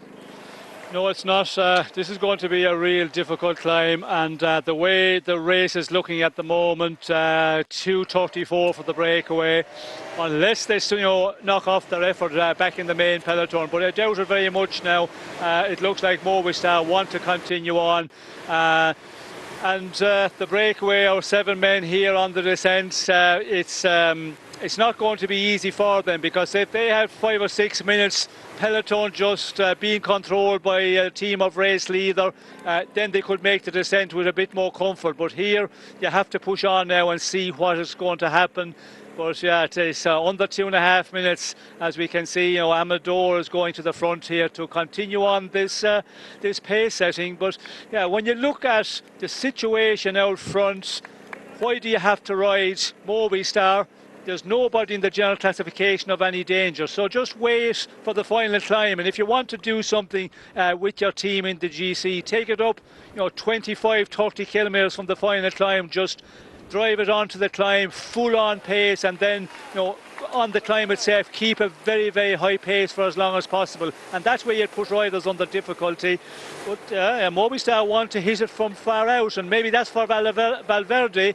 Maybe he likes just this hard stage over a long distance, and that will wear out the other riders. So there must be a tactic here. But we can see Ineos now want to push on as well, and we can see they're losing some of their riders. There's Cameron Worth starting to have difficulty just to stay in the wheels in the main peloton. It's interesting, as the alarm bells go off, Sean, to see those who don't really have that much support around them who are moving into position. Well, Paul's one of those. The Dutchman, of course, who had a really bad 2019 and top of 2020, but suddenly seems to have sprung to life. And he also just wrestling with the bike to get himself into position. He's centre of the road amongst this front-ish group. You see the green jersey on the back of Primož Roglič. We remind you, he leads the points classification. Richard Carapaz, never too far from the front, and Ineos Grenadiers have taken over the pacing. And look at the gap, it's absolutely tumbling, 2 minutes and 28. I think we will have our the confirmation of that climb, by the way. Cavagna, Julien Simon and Stannard, and that's how it stands overall. No change at the top.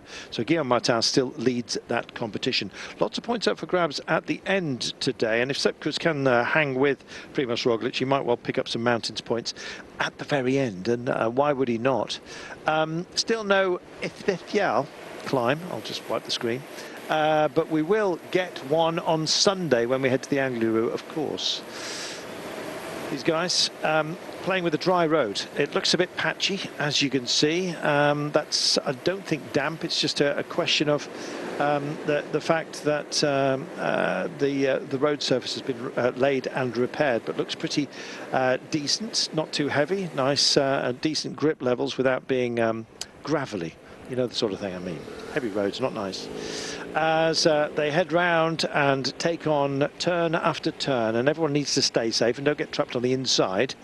No dive bombing, please. Thank you. So they're coming in sort of 3 and 4 wide, and then they're exiting this 2 wide at best. Reconfiguring themselves. Bit of hurry up from this aerial shot for EF Pro Cycling. Don't want to miss out on any moves. And it's starting to stretch just a little bit. Some gaps opening up, and guess what, Sean? Movistar with the whip hand again. Yes, well, they're continuing on here, and we did see a number of riders trying to come to the front to control for the descent, but Movistar are back in the on the front of affairs, and we see Jose Rojas pushing on here, and another rider just taking over there. We can see the way they're stretching out the peloton here, just one line of riders. That tells it's rapid fast, and Movistar, it just wasn't on the climb to get the position, keep a good place with their leader, or with their 2 leaders, I suppose, Valverde and Mas. They want to continue, and they are continuing, and it's going on. And in the meantime, the breakaway, 2:27 at the moment. The breakaway must be saying, "Ah, no, it's Movistar guys again." Yes. I'll not say the rest. No, don't. That's the thing that is wrapped up and described as an oath, Sean. But couldn't be further away from that. So yeah, this descent, it does flatten out, but it is largely descending for the next 20 odd kilometres. In fact, they've dealt with the last sort of 4 or 5 in very, very short order. We've had a few whoops and wallows today from an enthusiastic cameraman, I think. Maybe it's the camera bike. Just happy to get down and through some of these curves. When the roads are closed and you have the gift of let's say a sportif where they've closed the roads as well, you really start to appreciate the sheer freedom of being able to use as much of the surface as you like, Sean. It's a wonderful thing. The sense of freedom is spectacular. Yes, well, when you're going down in those races, you have a motorbike out in front of you, and that gives you a lot of confidence. In sportives, I have been in sportives where it's called closed roads. But yeah, I'm always a little bit scared, going around corners at the wrong side of the road. I always try and keep to the right side of the white line, because when you haven't got the motorbikes in front of you, you never know where a car can come out of. But in the big tours, of course, you have the lead car first of all, then you have motorbikes out in front of you. It just gives you that extra confidence to go around the corners, cut the corners, try and get straight through with the most and the biggest speed possible. Yes, there's not much thinking time if you suddenly see a car that's around a hairpin that's coming your way with somebody bumbling off to get some milk. Just asked John Degenkolb, to be honest. But anyway, yeah. On sportifs, it's supposed to be closed roads, but as Sean says, the security is not quite as high. He doubles down on the insurance by just staying on the correct side of the road. Didn't do poor old John much good, did it? He was on the right side of the road, the correct side, I should say. 42, he's all right. He's got himself back. Just shy of 42 kilometres of the day remaining, 2 minutes and 20. They're done for, Sean. They are just absolutely done for. There's teams have got themselves a taste. You know what that's like, Sean. They've got the taste, and as soon as you've got the taste, you want to help yourself. They're greedy for more, and Movistar really in spectacular mode at the moment. They've got a big hope as well with Enric Mas for this race. Yes, but I don't think you make friends in the peloton when you do it like this. The breakaway out front.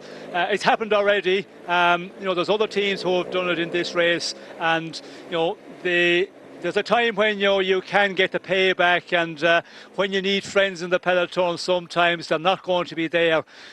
If you look at the situation of the race, the breakaway out front of 7 men, we talked about Rui Costa, a long ways down the general classification, so no danger whatsoever. Just leave the race tick along and then do it on the final climb. But of course, teams, they know their riders well, and Movistar, Valverde, he probably likes to make the race difficult from a long ways out. Maybe Mas does as well. That's the way he performs best. And if that's the case, well, then you have to do it. But still, the riders are going to be saying to them tomorrow morning at the sign-on area, although now you're not going to be in contact with much riders as it was in the past, because you always talk with riders about the previous day's racing, and they would be giving out about what teams are doing, and teams being maybe a bit too greedy.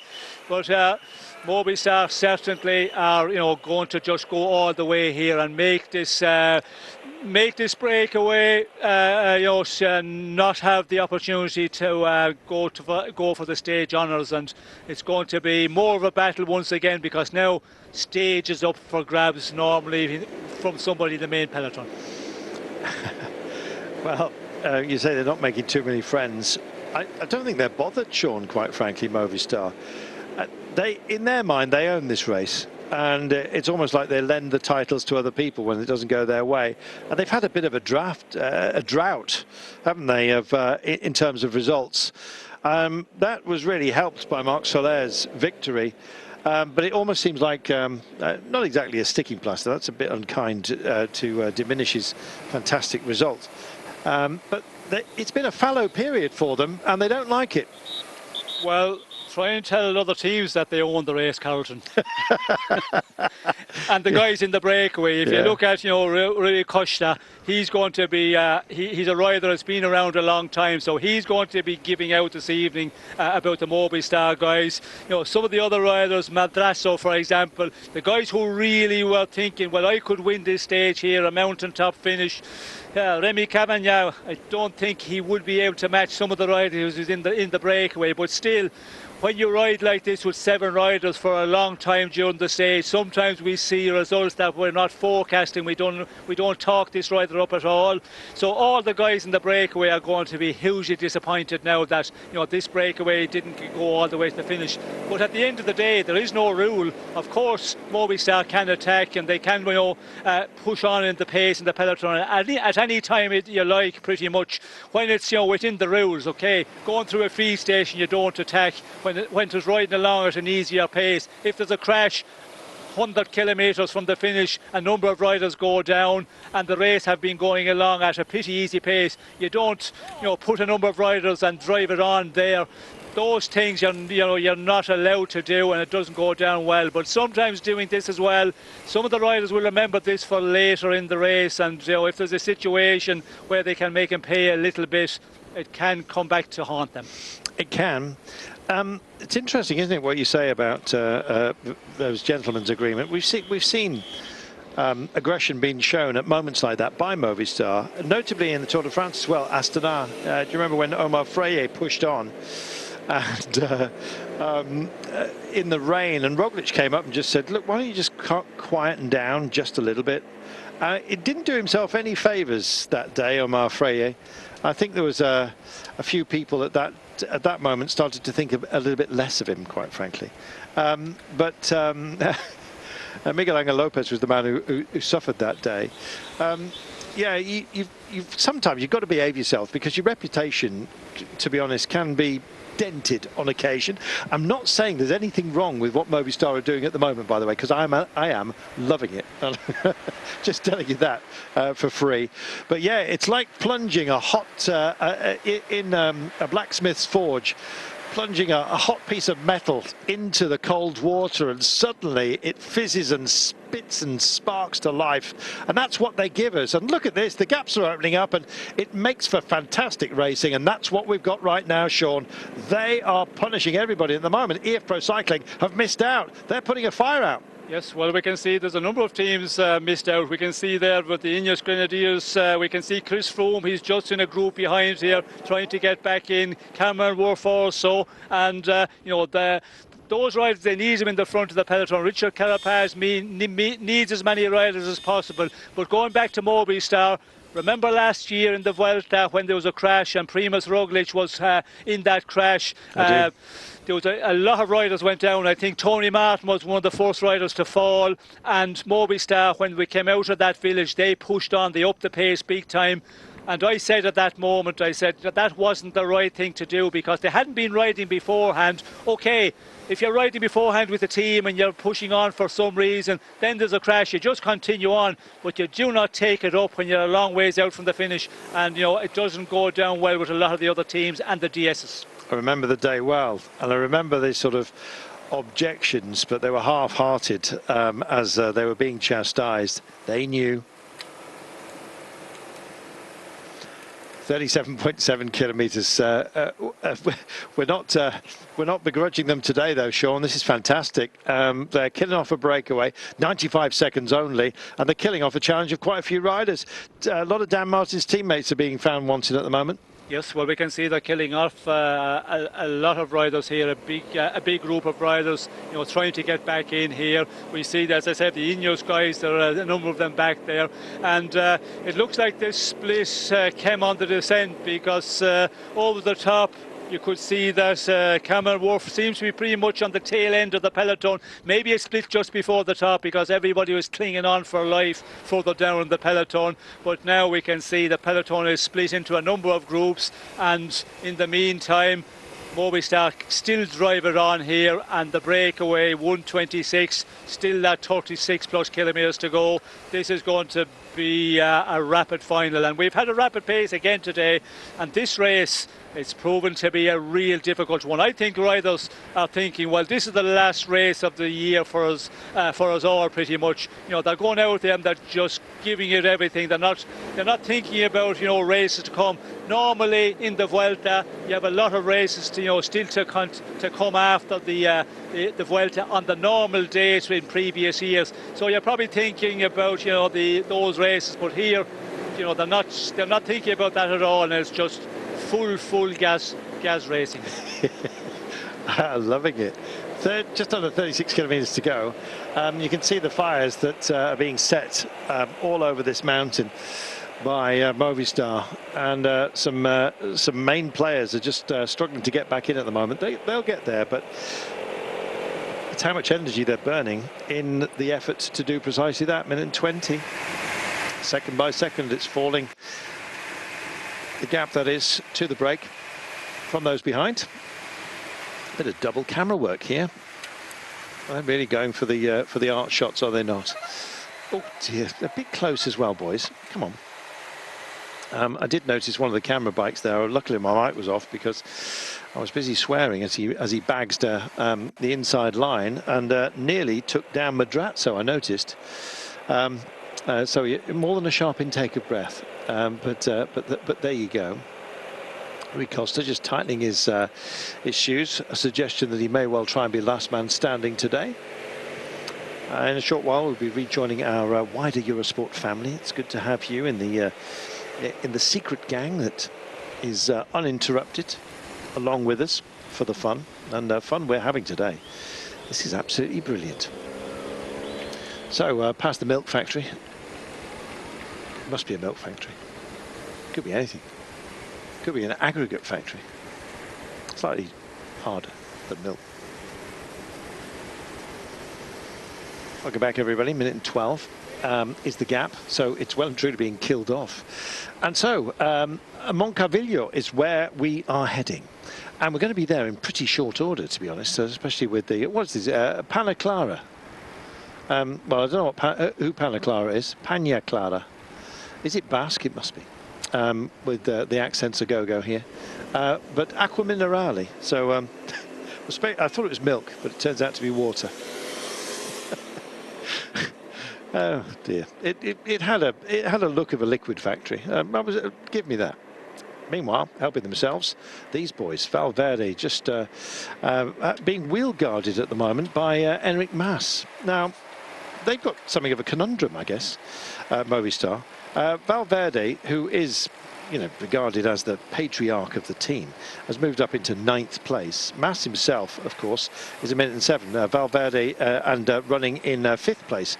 Valverde sitting a couple of minutes down, 2 minutes and 3 to be precise. Grosshartner has stayed safe. He's where he needs to be. That's Ackermann, who'll be doing some work tomorrow. And he seems to sustain climbs rather well. He looks fresh as a daisy at the moment. He won't do at the end of the climb that's still to come. But 2 fast days coming up, by the way, stages 9 and 10, which will bring us to the weekend, which are very busy. Almost scary, actually, with the amount of climbing that we're going to be doing. The altitude gain on those days is eye-watering. You can shed a tear as well for the breakaway because they're not going to make it. Minute and 3. Still, due to the pace that we're going at the moment, still on this sort of gentle descent, which is being accented by the drive of the riders. Speeds that are being matched. I think we're in the mid to late 60s at the moment, really belting along. When you look at a rider, there we are, peloton, well, in the 50s, but nonetheless, you get it. It's been a fast day again. And a lot of the speed has been called for and actioned by Movistar, and that's caused some stress within the peloton. Some gaps have opened up, and while we give them a chance to reconfigure, the Vuelta is where we are right now. As far as I can gather, those are old, not just formations, but actually caves. Never been something I've been keen on, potholing, but there's plenty of that around here. I'm always certain that there's going to be a shower and I'm going to get, well, stuck. Simple as that. Limestone wall, 3 kilometres south of Vuelta. Well, a bit of a wall we've got coming up, Sean. I'm very much looking forward to it. Have been all day, and we're nearly there. It's going to hurt, Sean, and everyone knows it. Yes, well, it's certainly going to hurt, you know, the way the racing is going on now. Movistar putting, you know, a lot of riders in difficulty and putting the pressure on everybody here. and more so the breakaway, just killing off that, and we're going to go into this final, and it's going to be a big battle. When you have a mountaintop finish, if the breakaway is way up the road and the stage honours is gone, you can still have a big fight. But when the stage honours is still here to fight for, and the GC men are, going to really put each other under pressure, you would expect, because it's, setting up for that here. It's going to be a real battle here between the big guns. And this mountaintop finish is a high altitude one. It's almost 1,500 metres. It's a new one, of course. It's the first time we're going up it in the Vuelta. It's been climbed before many years ago in the Vuelta Rioja back in '94. So it's a race that it's a mountain that we've raced up before. But the guys here, unless they have had the opportunity to go out and recce it might be a climb that they do not know, a lot of the riders. But it's definitely a real leg breaker, and it goes all the way to the finish. There's little bits of sections where it does ease off a bit, but the final number of kilometres, that's where it's most difficult, and it is going to be a one. I think we're going to see gaps here between the GC men, and some guys losing some time. I agree. Javier Gulen, who is the race director here, the designer, if you like, he often looks for climbs that surprise everybody and then suddenly become very much installed as part of the Vuelta going forward. Alto, Mas de la Costa, you may remember, Sean, Los Machucos as well. And this one, to have it included in this race, the one we're going to deal with today, I think it's going to be one of those that we may well see again, the Moncalvillo. Let's see how it pans out, shall we? Because at the moment, Movistar, they want more than a chunk of this. They want to own it. Now look at Ineos with the red jersey, of course, of Carapaz just behind. You have, it looks like Omar Freire, who's standing guard at the moment for Astana. He's angry after yesterday, would like to do something. Don't be surprised if he has a skittle in a short while. And in a short while, he's got a chance, actually, because with 23 kilometres to go, we'll be going through a place called Inslalana. And that announces two bumps, two peaks that aren't part of the climb. So if you look at it side on from the profile, it looks like a large M, sort of a glowing sign that you might find a burger underneath.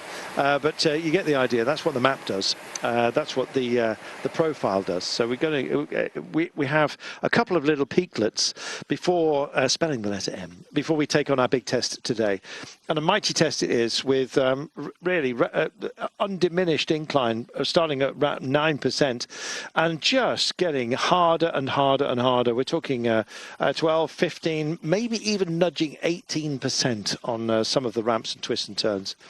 Not a pleasant thing to have to do or to deal with, and unless you're good at that sort of thing, in which case it's an absolute pleasure to put your rivals to the sword. And that looks like a sit-up for Angel Madrazo. He just couldn't keep up the pace, and it looks like a forlorn hope, and it looks like he is not driving on any further. With the gap now 45 seconds, it looks like Madrazo from Burgos may well be one of the first to be caught.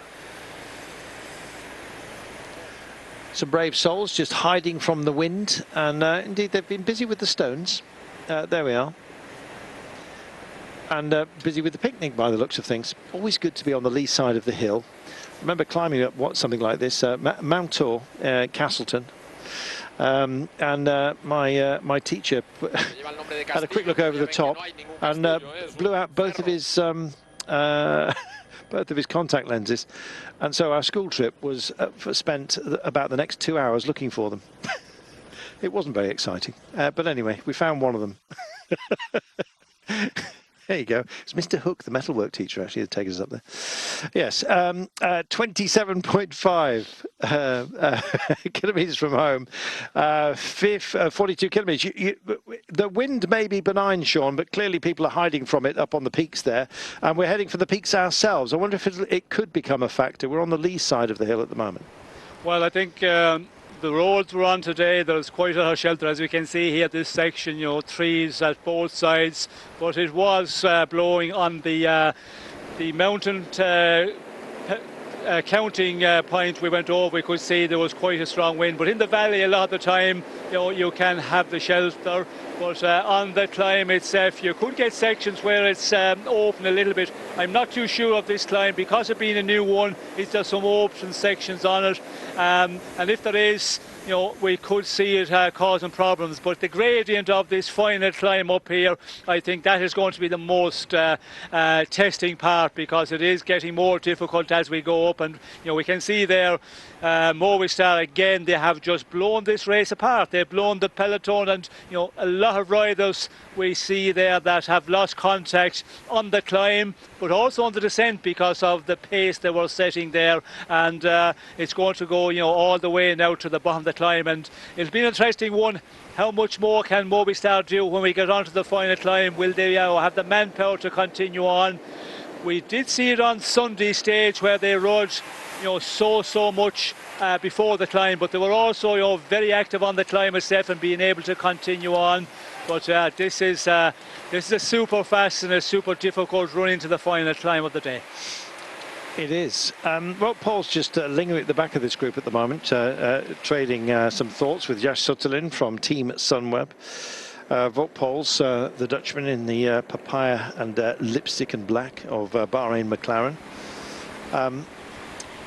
Looks like the salts are just starting to join the fun here as well. 25.5 kilometres, 42 seconds to the breakaway now, and it's just about done. That's minerals for you. Plenty of them on display.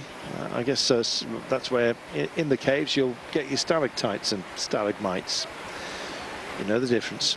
Tights hang down.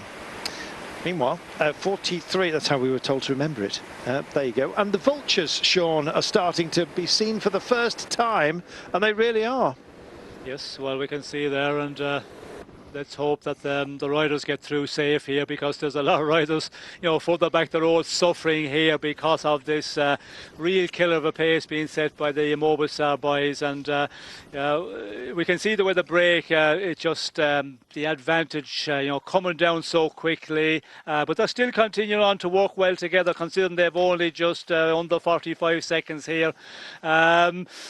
But yeah, it's another day, another killer of a day in this Vuelta. And as I said yesterday, when a race starts out, you know, that is very aggressive race, and sometimes it continues on. And this race, you know, right from the first stage, it's been every day pretty much real difficult racing and fast racing. And yeah, it's another day where the breakaway is going to be major disappointed they're not allowed. I think when we got to that, you know, 100 kilometres to go, 80 kilometres to go, it was looking good for the breakaway. But I did say, you know, will there be a team that will take it up from a long ways out? And we have that now. It's Movistar again, who have just, you know, lit up this race, and unfortunately for the breakaway, it's not going to be the opportunity to get a victory. Yep, I'm afraid so. The vultures almost acting as a metaphor for the break, which is about to be killed off. And Madrazo is indeed back in the pack, first to be taken.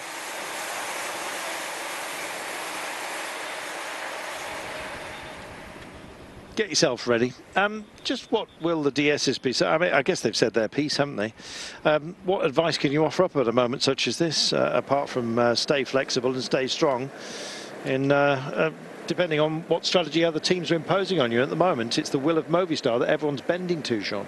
Yes, well, the Movistar guys are, you know, still continuing on to ride on the front here, keep the pace real high, and in the meantime we can see Ineos Grenadiers, we can see Jumbo Visma, we can see the teams that you know, need to be careful now as we get onto the final climb. Position your leader, you know, very much in the top 10 or 15 riders. That's the call they will be getting from the DSs. We can see there with the Ineos Grenadiers, you know, they have still a number of riders. Carapaz is still there, Sosa is there. We can see Dylan van Baarle is also there. So they have a number of men here. But you know, Jumbo Visma, again, they have had an easy day. They haven't to ride on the front at all. And you know, the riders they've got, George Bennett and Sepp Kuss, you know, they will be very much up here in the final shake-up. What will they do now? Will they try and make the race difficult, or will they, you know, be allowed to play their own cards a bit more? with a stage victory up for honours, this is going to change the tactic a bit for some of the teams who are fighting for their places in the GC. I think so. Well, Cavagno's done such a lot of work in the breaks. You know, he's had his rewards in the past. It's not going to be today, though, Sean. And you kind of feel sorry for the breakaway on days such as this. It almost wouldn't have hurt to have a GC battle in behind them. I don't know what this vulture has just dropped upon at the moment. Is the cameraman hunting for a squirrel underneath all that plumage? Potentially. Oh dear. They're finding art shots for us, Sean, and they're unnecessary. It might be over the next couple of days, the sprinters' days, but frankly, the racing is absolutely enthralling. I want to keep the pictures on the riders, don't you? Yes, well, I think there's a lot happening here. There's certainly a lot happening in the race, as we can see. Nelson Oliveira, for the Portuguese rider for Movistar, you know, still setting a real strong pace here, and yeah, in the meantime, the vultures are hanging about here, waiting to find a lone rider. Yeah, and I thought Mandrazzo, he was lucky to get back into the pack, because I think he could have been picked off and carried skywards by one of those impressive creatures. Wingspan of about yeah, probably could have helped him get to the top. Well trained, of course. 20.9 kilometres from home, and 45 seconds is the gap, allowing ourselves a bit of breathing space, because there's actually a lot of time still to be had here, because the last climb is so steep. Buggy back, you rejoin us as we're speculating on the usefulness of the vultures here today. Big turn right now, to use another third. Yes, all the way round, and they will head to the high ground. Right, let's describe this final climb for you, shall we? Because they're not on it, by the way. This is one of those lumps I was telling you about. There's two of them, and they're quite stiff tests as well. You know, 6-7%. So it's rough terrain, and Movistar clearly have a detailed idea of just how tough the day is, and so they're imposing themselves early, Sean, knowing that these two little climbs are actually something significant, and it has a cost to everybody, not least the breakaway, who now have a 41-second advantage. Movistar have shown they've known the terrain on a couple of occasions. I think today they're doing it again. Well, whether they know the terrain, that I don't know, but they're certainly, you know, making the race really difficult for everybody, killing off the break and killing off a lot of riders in the main peloton. You know, we see splits there on the descent, and a lot of riders, you know, which you would expect to be in here, made that descent at a super rapid pace, and there was splits in the peloton, and the way they were, you know, driving around at such a high rate, they weren't able to get back in there.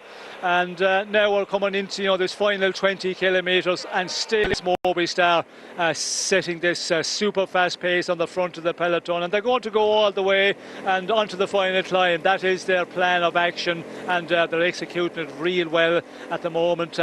How will they be in the final climb? Will they lose some of their men they have on the front here? They're big rollers, they've done a lot of work here, and yeah, will it be maybe a case then that there will be a little bit of looking at each other and waiting on the final climb? But for the breakaway, you know, that's 33 seconds. They're not going to get onto the final climb with any advantage, really. I think they will be maybe pulled in before we get onto the final climb of the day. Yeah, I think it's going to happen on these lumps before we even get to our finale. Just heading over some of the fruit groves and indeed vineyards at the moment. Plums in this part of the world, as well as grapes. There we are. Meanwhile, 29 seconds, they're done for. Wide open areas, no fruit being blown off today by the wind by the looks of things. It's still remaining reasonably modest. Around 8 or 10 kilometres per hour. It may have a wearing effect depending on how exposed we get a little bit later on, but this looks like we're in exactly that kind of scenario. Not too bad. General classification, Carapaz leads Hugh Carthy by 18 seconds, Dan Martin by 20. Roglic is there 30 seconds in arrears. Anytime he loses in the high ground, there'll be plenty of that at the weekend. Then he needs to make that back up on the time trial on Tuesday after the second rest day. For teams who want to stop Roglic and Carthy and Martin and well, anybody. There is Dan Martin, by the way.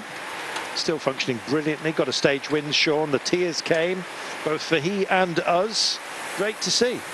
Yes, well, great to see that he got his stage victory after such a difficult run of bad luck, a number of crashes, and now he's in an excellent place in the overall standings. And this is a stage now where Dan Martin, will be looking forward to, if he has got the good legs, because this sort of run, final number of kilometres, the gradient kicks up all the time, and Dan Martin, a super climber, a lightweight guy, he should be really impressive. And he is a rider that if he's feeling good, he's not afraid to attack. But the problem he's got now in the overall standings, he's very close, so I'd be surprised if he's left any little bit of leeway at all, sitting at 20 seconds. But again, we could see some of the GC men really suffering in the final here, and this will be an opportunity possibly for Dan Martin to move up further, take some time back in the overall standings. What has been interesting, as we just dwell on, amongst other things, as we dwell on Enric Mas, is how Jumbo-Visma have ridden far more cagily today, Sean. They've not been engaged in the chase for the break. They've not really shown themselves to those out front. They've been tucked in and enjoying the ride that's been provided by Ineos Grenadiers and now Movistar. They're in full lined out yellow and black order here, albeit with the green of Roglic embedded within them. He leads the points classification, we remind you. But without Tom Dumoulin, I'm just wondering how much that knocked them back today and made them become a little bit more cautious. As Hollenstein just guides Dan Martin up to the pointy end. Have they been cautious today, Jumbo-Visma? And is that giving due respect to their diminished capabilities because of the exit of Tom Dumoulin this morning? No, I don't think it's the position that they've lost Tom Dumoulin in this race. We see yesterday as well, they were in the breakaway, but it was the way the race was ridden yesterday, and the riders that were getting into the breakaway, there was some danger men in the GC, notably Valverde, and when you have that happening, well then you put your men into the breakaway as well, and when you're not having to control the race, that is a total different scenario for Jumbo-Visma, and they can afford to do that, as they did yesterday, putting two men up there. And today, staying quiet, that's what you've got to do here. Wait for the final, keep your men fresh. And I think Jumbo-Visma are in a real good position in this race in the past days, not having the race leader's jersey, having to ride on the front and control in a very difficult race, because this is a real killer of a race for the team with the red jersey to control.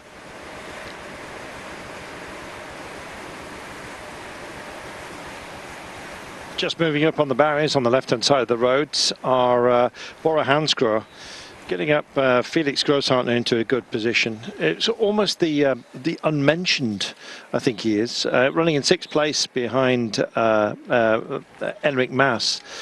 But yeah, he's in a good shape actually, the Bora man. A minute and 30 down ahead of Marc Soler, stage winner early in this race at a minute and 42. And Esteban Chavez sits in 8th place just in front of Valverde, 2 minutes and 2 down. But very bad luck for Chavez with a technical that came at exactly the wrong time on the day that Dan Martin won on our third stage. So I guess not too bad for Chavez. He'll be expected to produce something this weekend. It might even be today. And he's one of those who you discount at your peril. I'm sure they won't be giving him too much rain, but it might be with that 2-minute deficit that he has a chance just to roll off and maybe just find a little bit of that time. And you can see the men with the acid green shoulders just intermingled with the pink of EF Pro Cycling as Hugh Carthy makes himself a move. He almost looks like he's meerkatting, doesn't he, Hugh? Because he's so tall. Has a big frame bike as well. A lot of tall riders often take a smaller frame than you or I would actually take. But if you happen to be tall, just for compact and lightweight reasons. But yeah, he generally tends to go for a larger frame, so you can pick him out very, very easily. A large frame was what Chavez was offered on the Dan Martin winning day, Sean, and it looked very uncomfortable, so he ended up making 2 bike changes at a very crucial time, which accounted for his deficit. Yes, well, he was real bad luck on On a vital stage in the very final, when the race was, full-on racing, having to change his bike, got his teammate's bike first, then had to get a bike from the car because the bike he got was a bit too big for him and was too far from the finish, and lost a lot of time, and now stands at 2 minutes. But yeah, in this final here, that is something that might work in favour of Esteban Chavez, being 2 minutes down. If he've got the legs to attack 2-3 kilometres out, and he could, go for the stage victory, but also take some time back in the GC standings. So yeah, he's a bit more free in the position he's in at the moment in the overall. But has he got the legs to do that? Certainly it's a mountain that should suit him, because the gradient, real steep at the finish, the final number of kilometres for a rider, a lightweight, small guy, a climber. It's a perfect terrain. Somebody who did well on that day actually was Alexander Vlasov, stage 3. He suddenly came good in cold and miserable conditions. Today, much better conditions, but Vlasov is in a good place. I'm just looking, and that's part of the reason why Omar Freire is just buying the right to fight. He's been busy doing some pacing here, and clearly thinks that Vlasov's got what it takes today. There is a good deal of sandstone there. Looks almost baked terracotta in the sunshine. It looks very much crumbling. If you need some gravel for your fish pond, don't bring your flatbed here. Go to your garden centre. 14 kilometres and 14 seconds. Breakaway is done. Just thinking of a few others that might have cards to play today. I think that Vlasov might also be given a little bit of leeway out there, and many were talking about him as being potential for a podium at least, and maybe some real glory. But he had a desperate start. Sits down just outside the top 20 at 6 minutes and 34. So he's somebody with talent who could get freedom. Anyway, we speculate, Sean. Let us dwell, as we're on this little lump that I was telling you about, that if you take it, if you attack it, which is what Movistar are doing, it starts to get very selective, and that group is now down to, by my reckoning, about 50 riders, chasing on to a breakaway who still have a margin of 15. The climb that we're going to deal with is the last 8 kilometres, so we'll be there in 5. So let's just hook into it, shall we? First kilometre of the climb, so down to about 7.2 k's out, 6%. Then suddenly the next kilometre is 9%, little bit of a 500 metre easement down to 7, back up to 9, 10 for 500 metres, then back down to 9 before it then slams you with about 3.5 k's to go. 12.5, 15%, 17 the ramps within it, easing to 9, if you can call it that, back up to 11, easing to 7, then 12 before you get the last 500 metres. That is an absolute killer, Sean, from 3.5 out to 500 metres, so 3 k's of absolute terror, and it's not easy even on the approaches to those very, very steep inclines. It's 8 kilometres of hell, and we're nearly there. Yes, well, it is. It's going to be a real testing climb, and if you're a little bit off your best here, and they really start to race aggressively between the big leaders now on this final mountain, then you could find yourself losing time here. And the change of gradient, that is going to make it difficult. And the final run to the line, talking about 8%, and then it goes down to 6%. But at that point, the race is going to be so full on. Yeah, it's not going to give you any respite at all, and this is going to be a hectic final here, and it's it's been set up by the Movistar riders for quite a long time now, and we're getting just to the earlier slopes of this final climb of the day. Sometimes when you ride like this so hard that the team is doing the work, that they're not able to continue, they will, the riders will peel off very quickly in the earlier slopes, and then will they commit the other riders to take it on very early on the climb. And we could see a little bit of a looking around, nobody wanting to take it up early, and they could see a bit of calm before the storm. But still, it is going to be a climb where we will see a battle, if not in the earlier parts, guaranteed at the top in the final number of kilometres. About 8.3 is where this climb will begin. 8.3 kilometres from home, so we're nearly there. You can kind of tell these little ramplets that lead up to it, Sean, they're cruel steps, aren't they?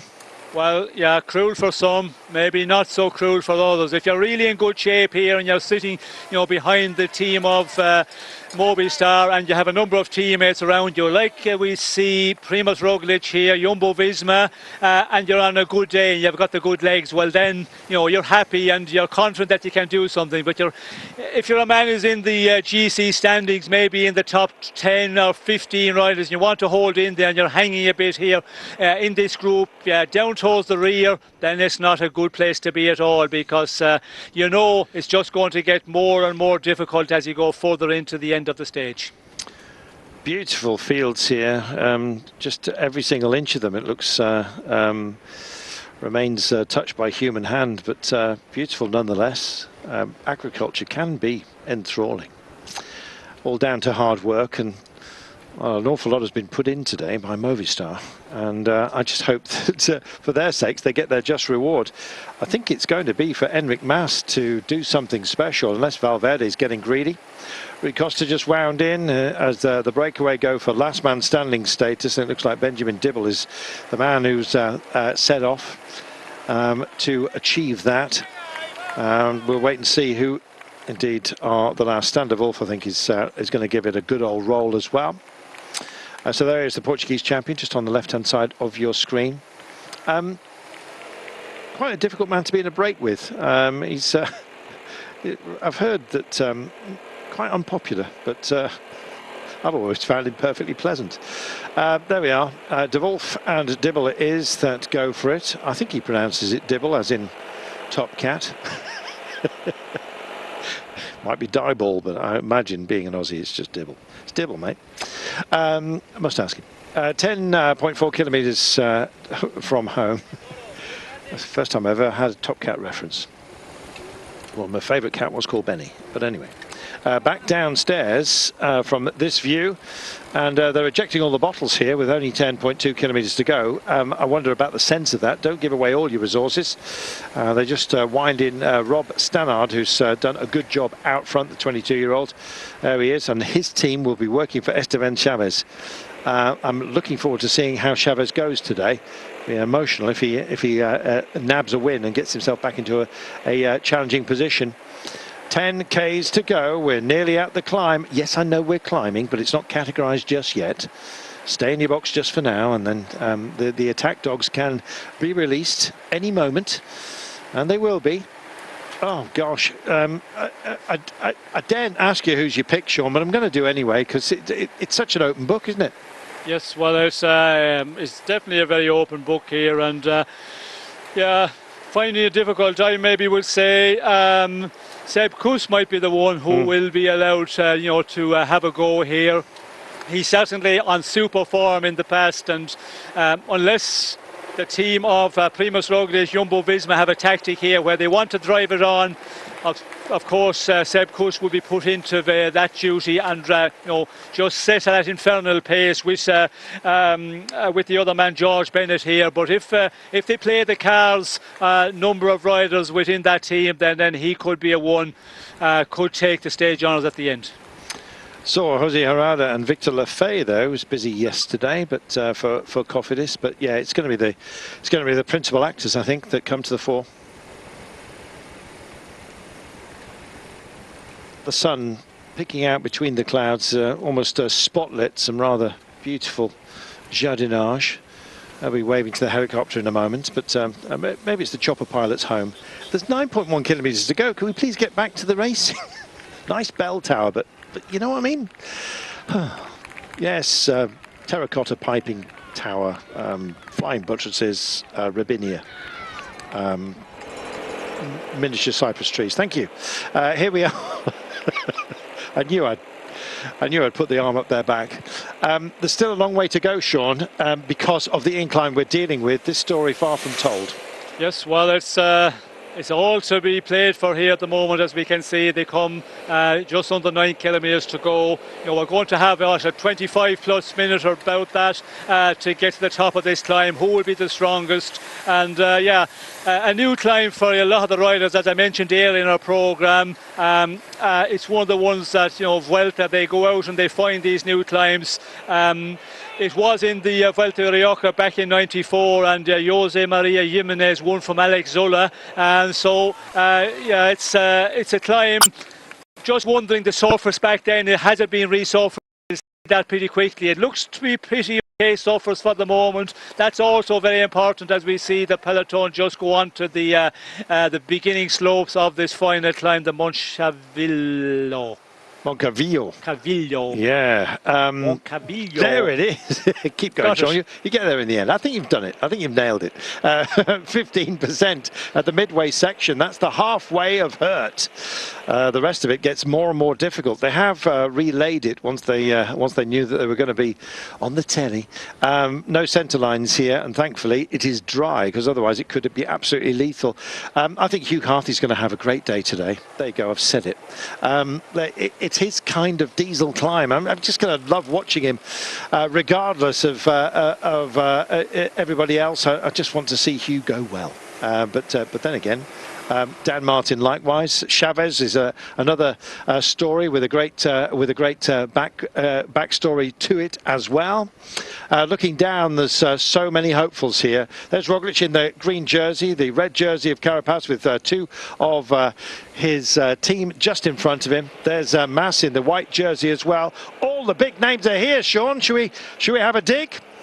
Well, they're certainly all here, and they're all waiting, and who's got the best legs now as we start to hit this more of a steeper section here. Will there be somebody strike out early? Difficult to see, because this has been a real energy-sapping race here today, and I think unless Movistar can keep it going, well then, what team will take it up here? Is there a team that feel confident that when Movistar finish to take it on? And if they do that, 6 kilometres out, well then this is going to be a real killer of a climb at the end of a very difficult day. Roglic looks absolutely capable. It looks like he's not even mouth breathing at the moment. His team around him, Sepp Kuss, looks equally as relaxed. You can see that bang straight into this, and it's 9%, and that's nowhere near our maximum.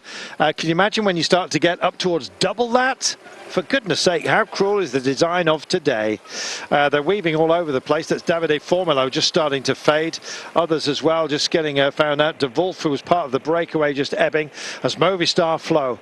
Look behind them as well. Carapaz is there, but look now, all of a sudden, just grasping the nettle and coming up and getting into that coveted position.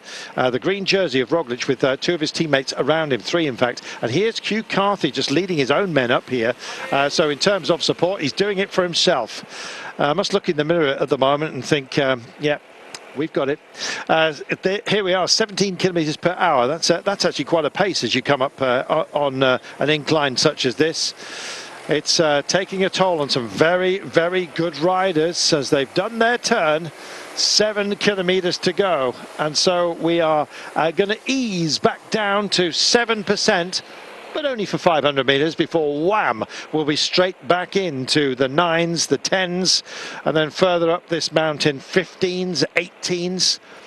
Let's get on with it, shall we? No pace about it, but you'd expect that. Honestly, this is a day where you could almost roll back down the mountain if you stopped. Chavez looks very good, nice and fresh as well. Tucked in with Carapaz, who gets rid of the spectacles. Dappled light, low frequency light in the autumn as we have. So illuminating, but as you come round the corner, almost good to have just a straight view, a straight up view of it as we start to chug just a little bit. Luis Angel Mate peddling squares here for Cofidis. As as you can see, a little bit more fluid from Bruno Amaral of Groupama France des Jeux in their bleu, blanc et rouge.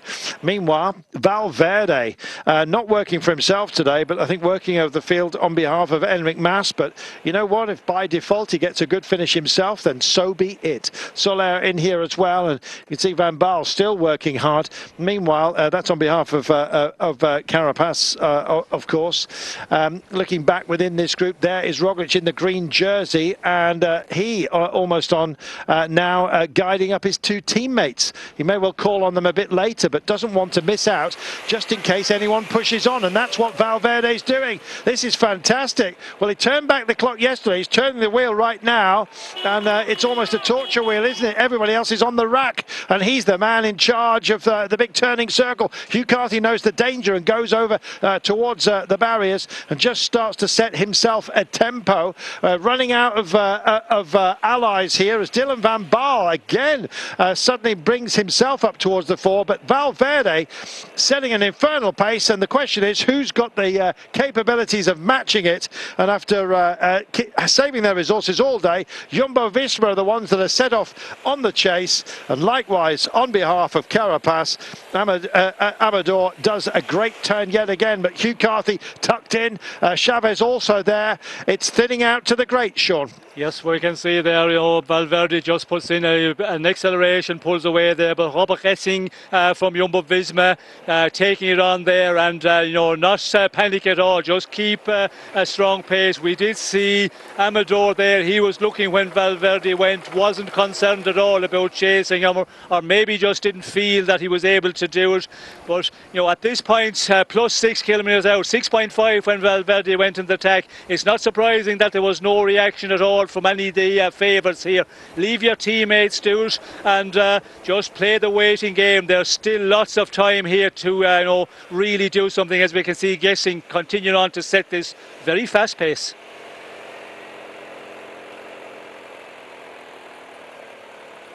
Sensible riding from Dan Martin. He's just tucked in on the back wheel of Primož Roglic. Roglic is going to have to do something today, even if it's only stamping out fires, but that's it. So that's a very, very good wheel to follow. Jonas Zagiri, stage winner, leading this little trio here with Gorka, his brother, and Mojave Kudus tucked in on the back. They will be looking for a decent finish, but at the moment the gaps are starting to look pretty decent as well. As it pulls off, and there is pulls on, and there is Hugh Carthy as well. Got company. It looks like Michael Wood, stage winner from yesterday. Can't quite see, but fabulous. There is Dan Martin. A little bit faded. I hope you've got a better view of this than I have at the moment. Slightly pixelated, which isn't helping, but nonetheless. Dan Martin a little bit further back. There is Roglic with Sepp Kuss acting as a wheel guard for the time being.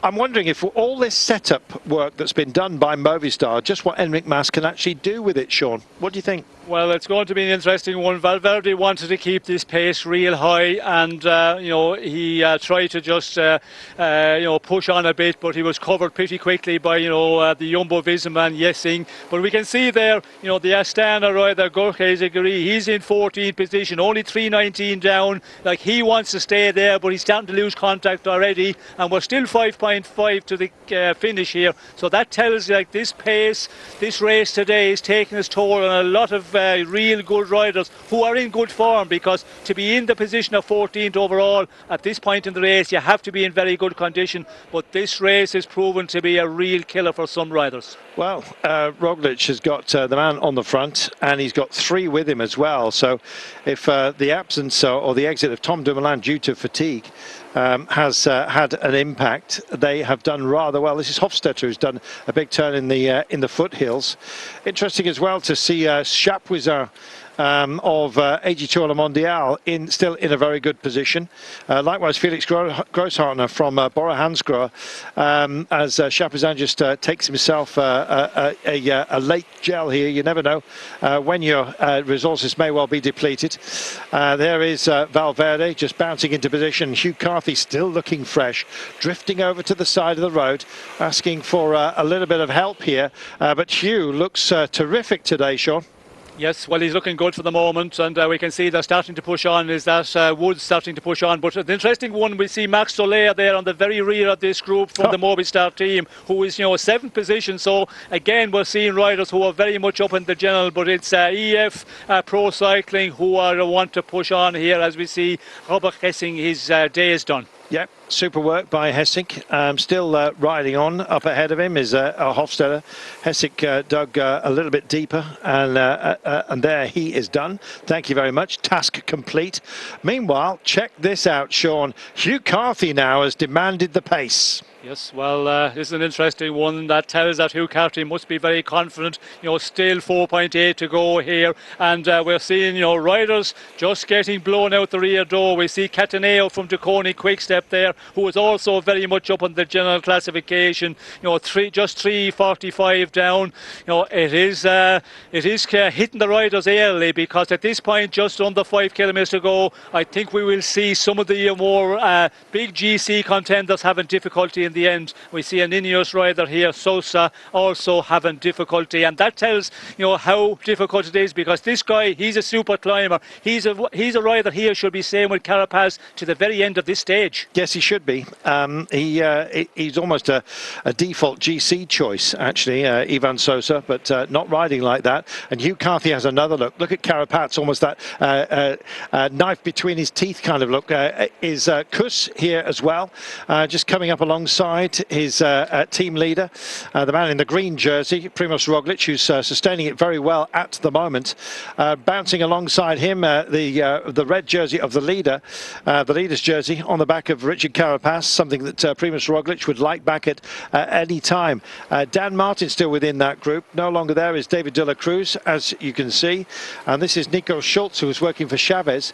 Grosshartner, is that Grosshartner that's just disengaged from that group ever so slightly, just hanging off the back of it at the moment? I think that may be one of his teammates. I'm hoping so for his sake. We need to just get up a little bit further. Some of you with a digital rendition might have a better view on that, looking back through this group right now. For me, Clément Chapuisat of AG Tour Le Mondial is having a fantastic ride. Just in front of him, it looks like it was Grosshartner back there. Still struggling to see, I think it was. So the first of those who have ridden so brilliantly in this race, just some cracks starting to open up. Carapaz still rolling, and here is Grosshartner, Sean. He is struggling. He'll be struggling now with 4.1 to go. Just wait, when we hit the 15s, it's going to get worse. Yes, well, we're seeing a lot of riders who you'd expect to be able to cling on in this group for a bit further up this climb, losing contact here. Grosshartner, he's also very much up in the general classification, only 130 down in the overall standings. We can see Valverde as well there. I think it was getting into difficulty. So, yeah, this is... it's a real killer of a stage as we go through this 4 kilometres to go. Riders, starting to lose contact at this early. We can see Nieve there also in difficulty. Guillaume Martin losing contact. Is that Soler just up in front there from Movistar? Yep. So, yeah, it's proving a very select group up in front at the moment. And, yeah, super climbers that you would expect here to be even challenging for the stage honours. Gadou there from Group AM FDJ.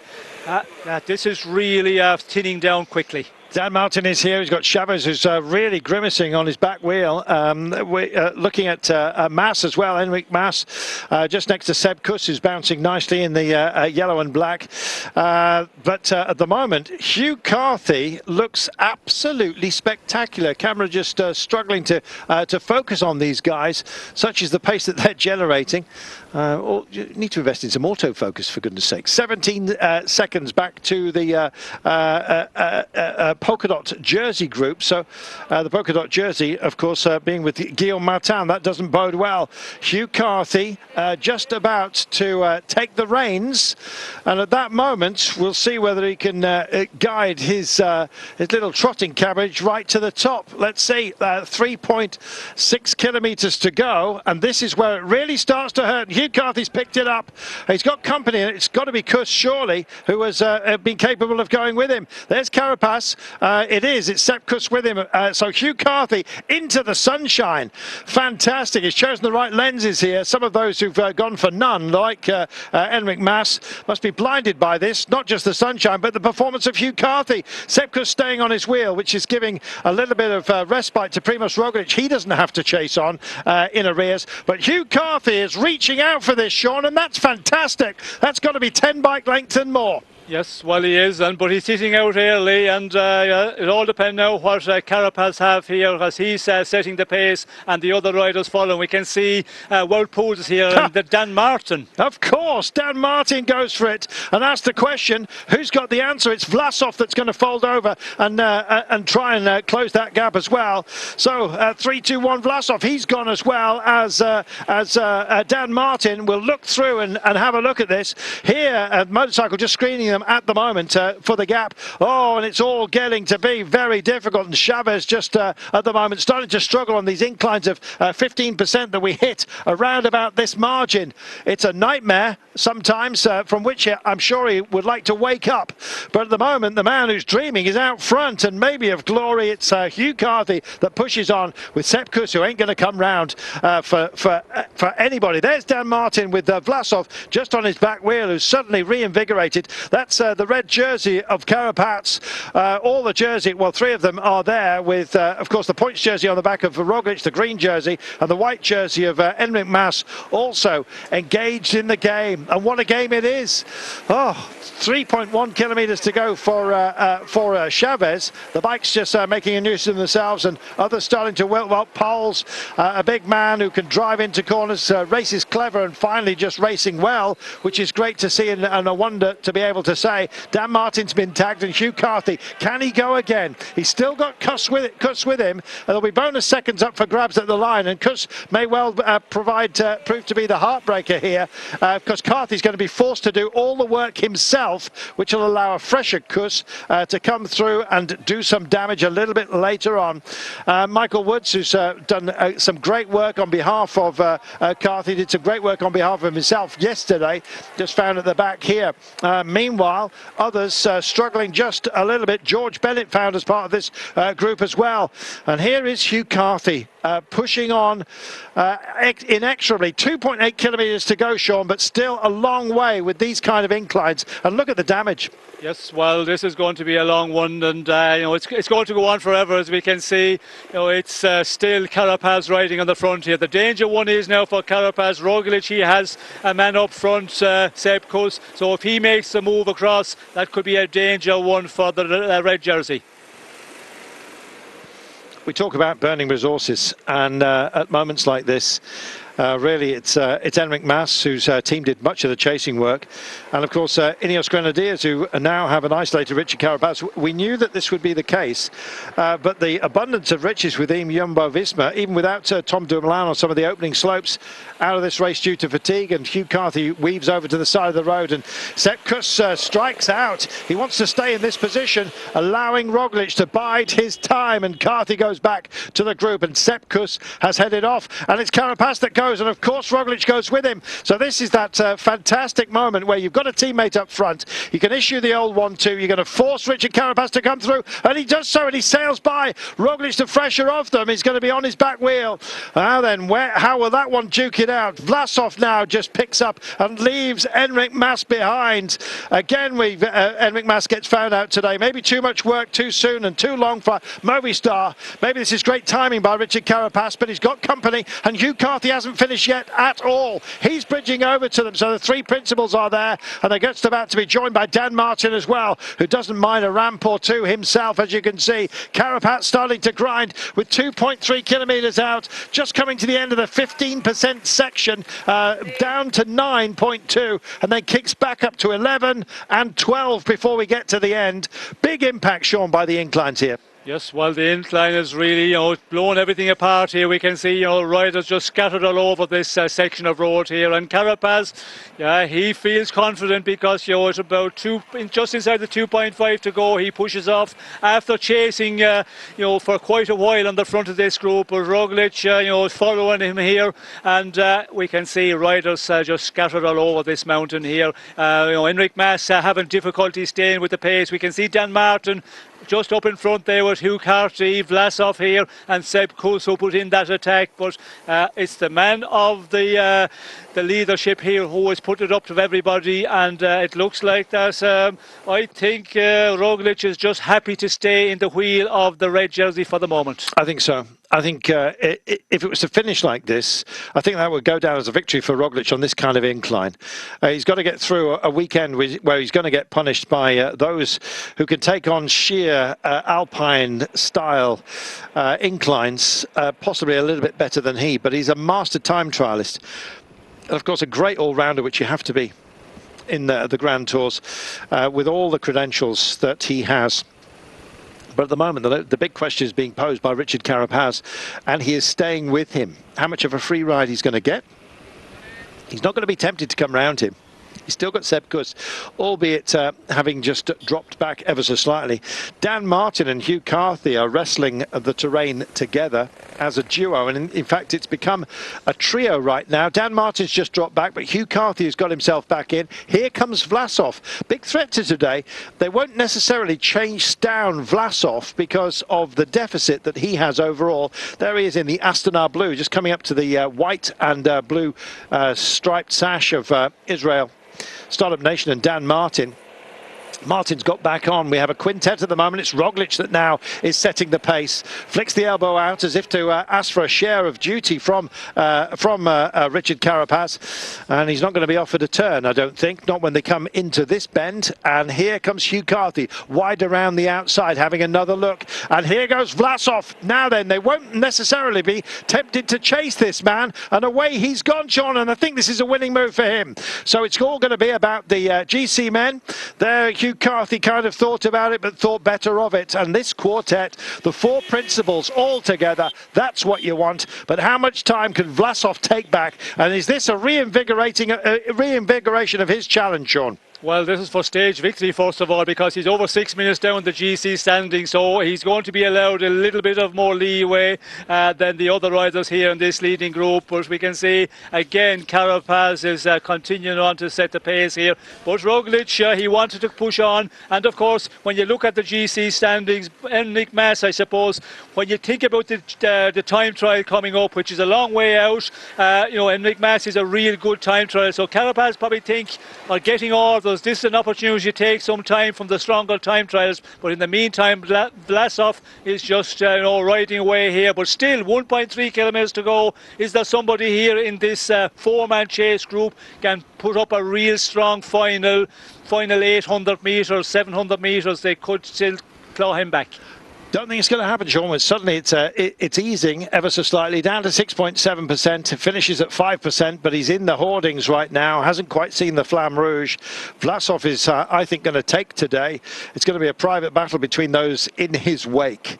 Well, we said it would be a thinning down process, which would garner some solo finishes by those who are gunning for the jersey. And so it is, and it's Roglic that pushes on in the green jersey. There's bonus seconds up for grabs, and every second counts, and he wants some space here. Hugh Carthy just starting to chug just a little bit. Dan Martin picks back up. He may get some bonus seconds himself. Let's wait and see. Here comes Roglic. He's going to scream by Vlasov. You're absolutely right, Sean. Vlasov starting to fade, and Roglic showing some great character here. Just gets in his slipstream, goes right by him, and Vlasov is cooked. Very, very short order up to the Flamme Rouge. Here comes Richard Carapaz. It could be duking out for stage victory and the bonus seconds, and Dan Martin isn't done either. Hugh Carthy will pick himself up for a good finish, but he's in the wake of these guys at the moment, and a wake-up call for everyone. Primož Roglic on potentially unfavoured terrain for him. Well, it's not all about time trialling. It's not all about the lumpy days. It's about the high ground as well. And Primož Roglič has really thrown down the gauntlet. It's been picked up by Richard Carapaz. It could be a 2-up sprint for the line, and it certainly looks like that's the way it's going to be. Two great riders here, and Vlasov's not finished. Dan Martin just ebbing slightly as they flow, and he picks it up and goes again. This is fantastic. Richard Carapaz, and on his wheel is Roglič, and they almost come into each other, and Roglič goes again on the barriers. Wow. Oh, punch and counter punch. Two prize fighters at their very best. What a race we've got, and what a battle it is, almost raging constantly for that jersey. And there's going to be some space here. He's gone. He's kicked on here. Can Carapaz pick it up and make it a sprint for the line? Oh, well, this is been one hell of a climb, and it's not over just yet. We're nearly there.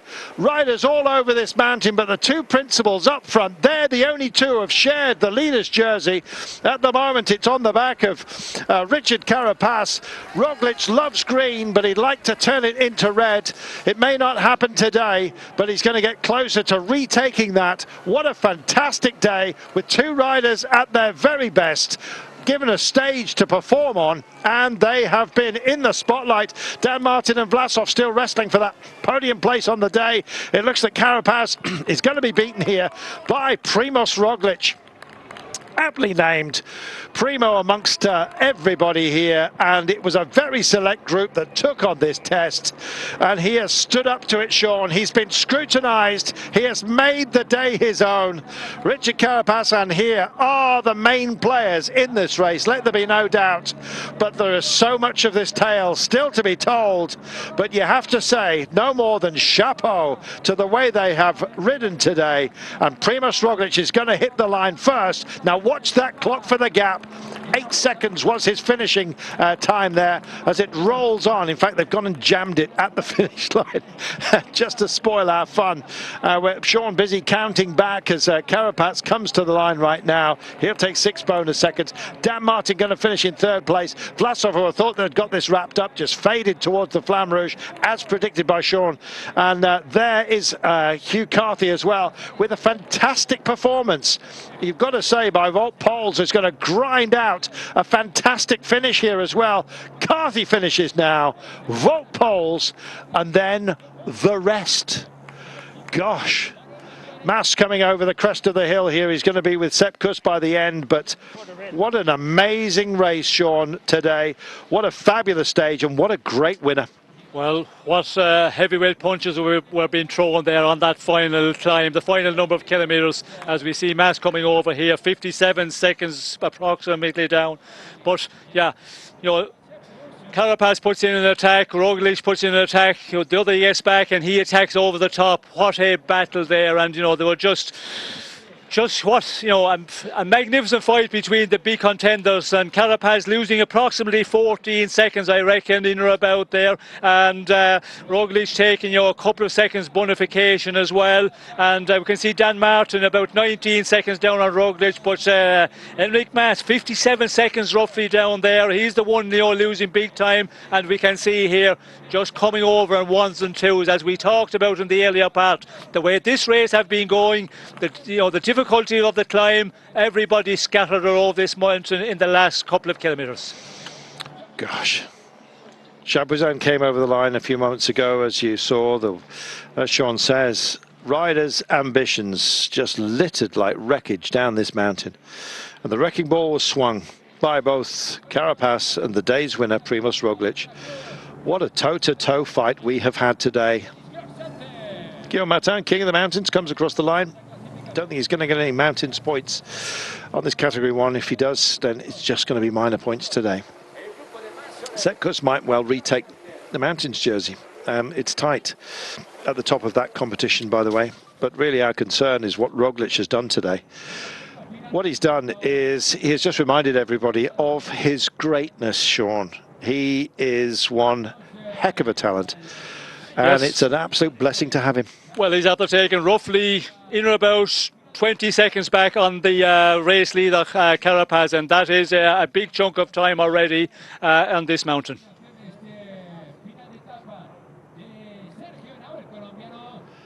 He had to do it, And what a great response as well after the morning news that Tom Dumoulin would not be riding.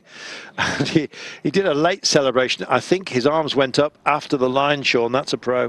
Yes, well, you go all the way to the line, and every second counts in this one and this battle for the race win. Fabulous.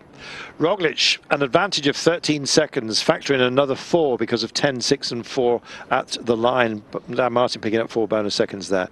But yes, another 4. So in fact, he gains 17 seconds on Roglic in the overall classification. And don't forget, he started off on Carapaz, I beg your pardon. He started off 30 seconds down. So by my rudimentary maths, he'll be 13 seconds down, but in second place overall. Honestly, the first time. Maths teacher will be delighted. Carapaz still a leader, but the margin now to Roglic down to 13 seconds. Dan Martin in third place, swapping spots with Hugh Carthy, who's 44 seconds down. Mas stays fifth, but nearly 2 minutes down. Grosshartner faded, so did Chavez. Valverde up to 8th ahead of Soler. Oh. Well, apart from the man saying hello, Mum, there is Roglic saying hello, everybody. And we are just in awe of him yet again, Sean. Yes, well, you know, he did put in an unbelievable final here, wasn't afraid to attack, and when we see Carapaz having to chase when Sepp Kuss went away with Hugh Carthy, of course Carapaz had to do the riding there then because Hugh Carthy is so close in the general classification, and Roglic was following. It looked like he was happy to follow, but then did start riding with him, and of course, you know, I think Mas is the one which he's concerned about. He's a super time trialist. Roglic probably have confidence against Hugh Carthy, Dan Martin in the time trial. And if you've got the legs, you know, on these sort of finishes, well, then you have to take advantage. And that's what Primož Roglic done today. And he's taken a huge chunk of time back on the race leader and taken a big advantage on some of his main contenders here in the overall standings. Absolutely wonderful racing. Trust you enjoyed it. We most certainly did. We'll race on for 2 flattish stages over the next 2 days, Sean, before a weekend of hell. Well, I think there'll be a lot of riders looking forward to some flatter stages. But again, you know, the flatter stages, there's no guarantee that they will be easy in this race because the way it's going every day, you know, a big fight to get into the breakaway. And if that continues, you know, in the next 2 flat stages, it could take, you know, a long time before the breakaway is allowed away. So it could be another 2 real difficult days before we go into the following days in the big mountains again. Don't forget, we've had 7 days of climbing, essentially. Wow. And a weekend of real alpine tests. 2 days of the flatter ground, one perhaps more rolling than the other. Flat day tomorrow, but I am certain it's going to be as exciting and as enthralling as it has been so far. What a terrific day. Just wonderful racing, Sean. And again, just flat out from the beginning. There's no days of rest here. It feels like it's being raced as if it's Last Chance Saloon. And the way the calendar has organised itself or fallen this year because of all the protocols that we know about, it's made for a fascinating Vuelta, and every day has had a message to be sent, and some real drama, no matter what the terrain. Well, this race in the earlier days and the earlier part of the stages, let's say, to get into the breakaway, it seemed to be very aggressive. There's no easy breakaway being allowed, and that's, you know, really makes the race difficult. But today we had a good break of 7 riders. Looked like they could go all the way, but again, a team taking it up. Movistar, you know, taking it up a long ways out, and, you know, killing off the breakaway made it really difficult. And we see the we see the answers to that. The damage was done on the final mountain.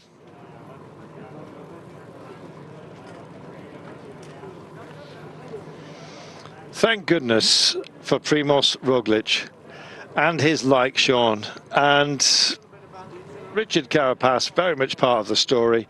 Dan Martin likewise, Hugh Carthy. This is one heck of a race, isn't it? Well, what a battle we see on that final mountain there. You know, when one rider attacks, the other rider claws his way back, catches him and attacks immediately. That's what Richard Carapaz done there when he caught with Roglic, and then Roglic did the same again. So, you know, at that point in the race, you would expect him to watch each other, you know, play who's going to do the pulling on the front, and then maybe get close to the finish and go for a sprint to the line, but not at all.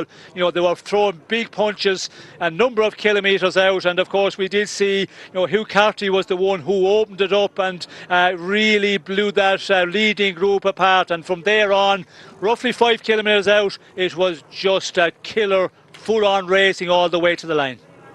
Loved it. Presume you did at home too.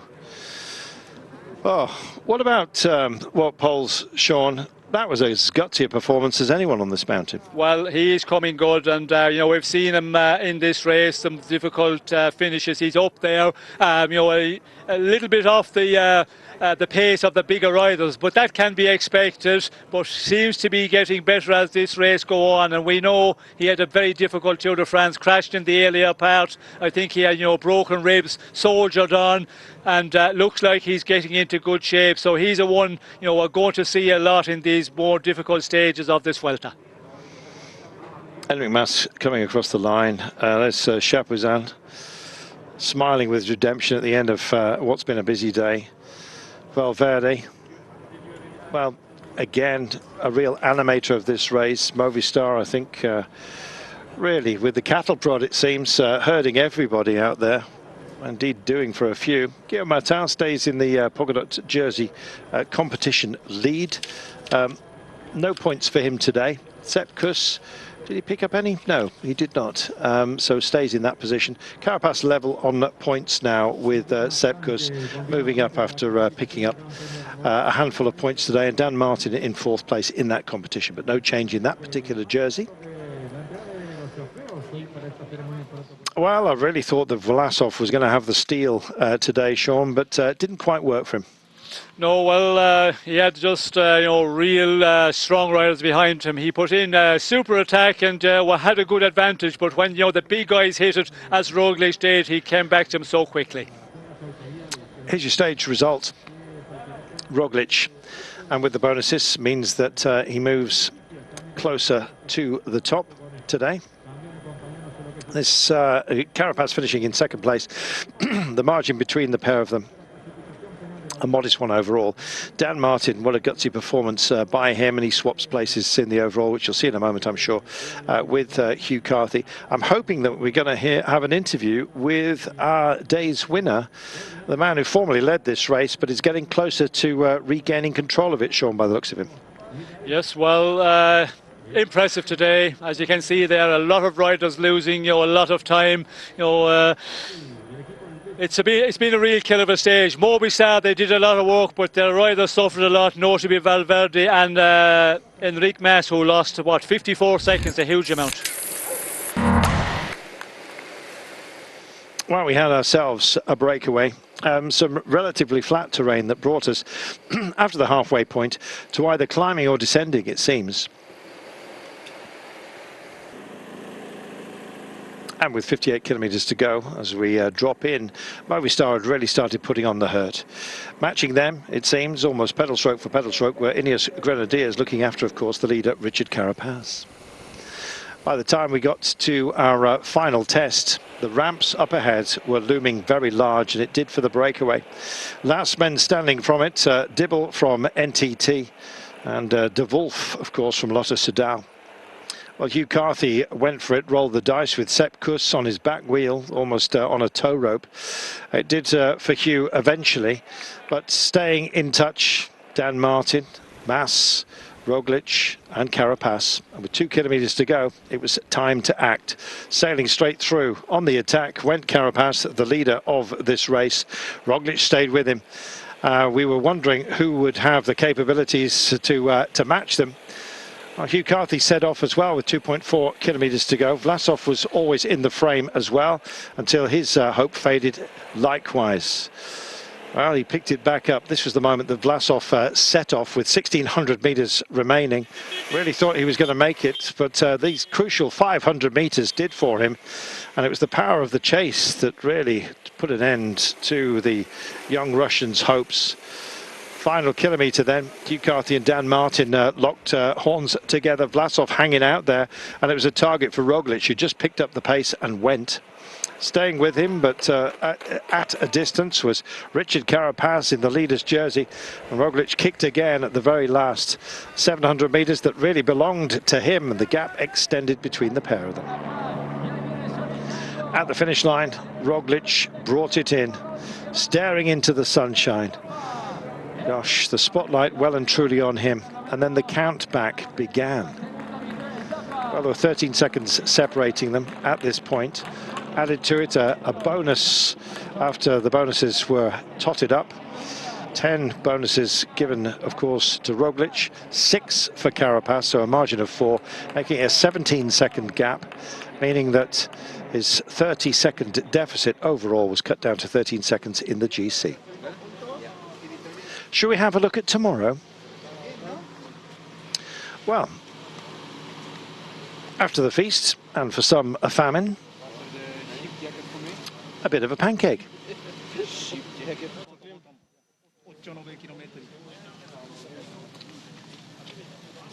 Well, we're expecting a map for you, but hope and expectation often don't match. But tomorrow, it's a flattish stage, 157.7 kilometres in total. Aguilar de Campo is our destination. And here we go. This is what's on the cards tomorrow. For the fast men have struggled through this race with a paucity of sprints in a race that was supposed to have plenty, with the Netherlands being struck off the front of this race. Slim pickings for the fast guys. Tomorrow they've got their chance. We'll be here.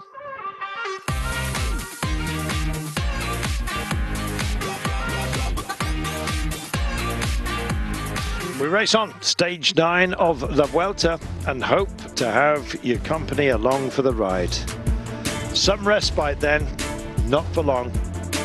Day of sprinting tomorrow, slightly more rolling stage for Friday, and then Saturday and Sunday, we return to the very high ground in what many say is going to be the pivotal weekend of this year's race.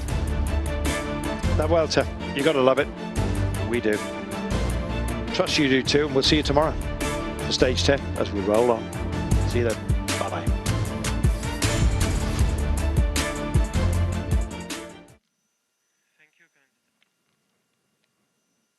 Sorry.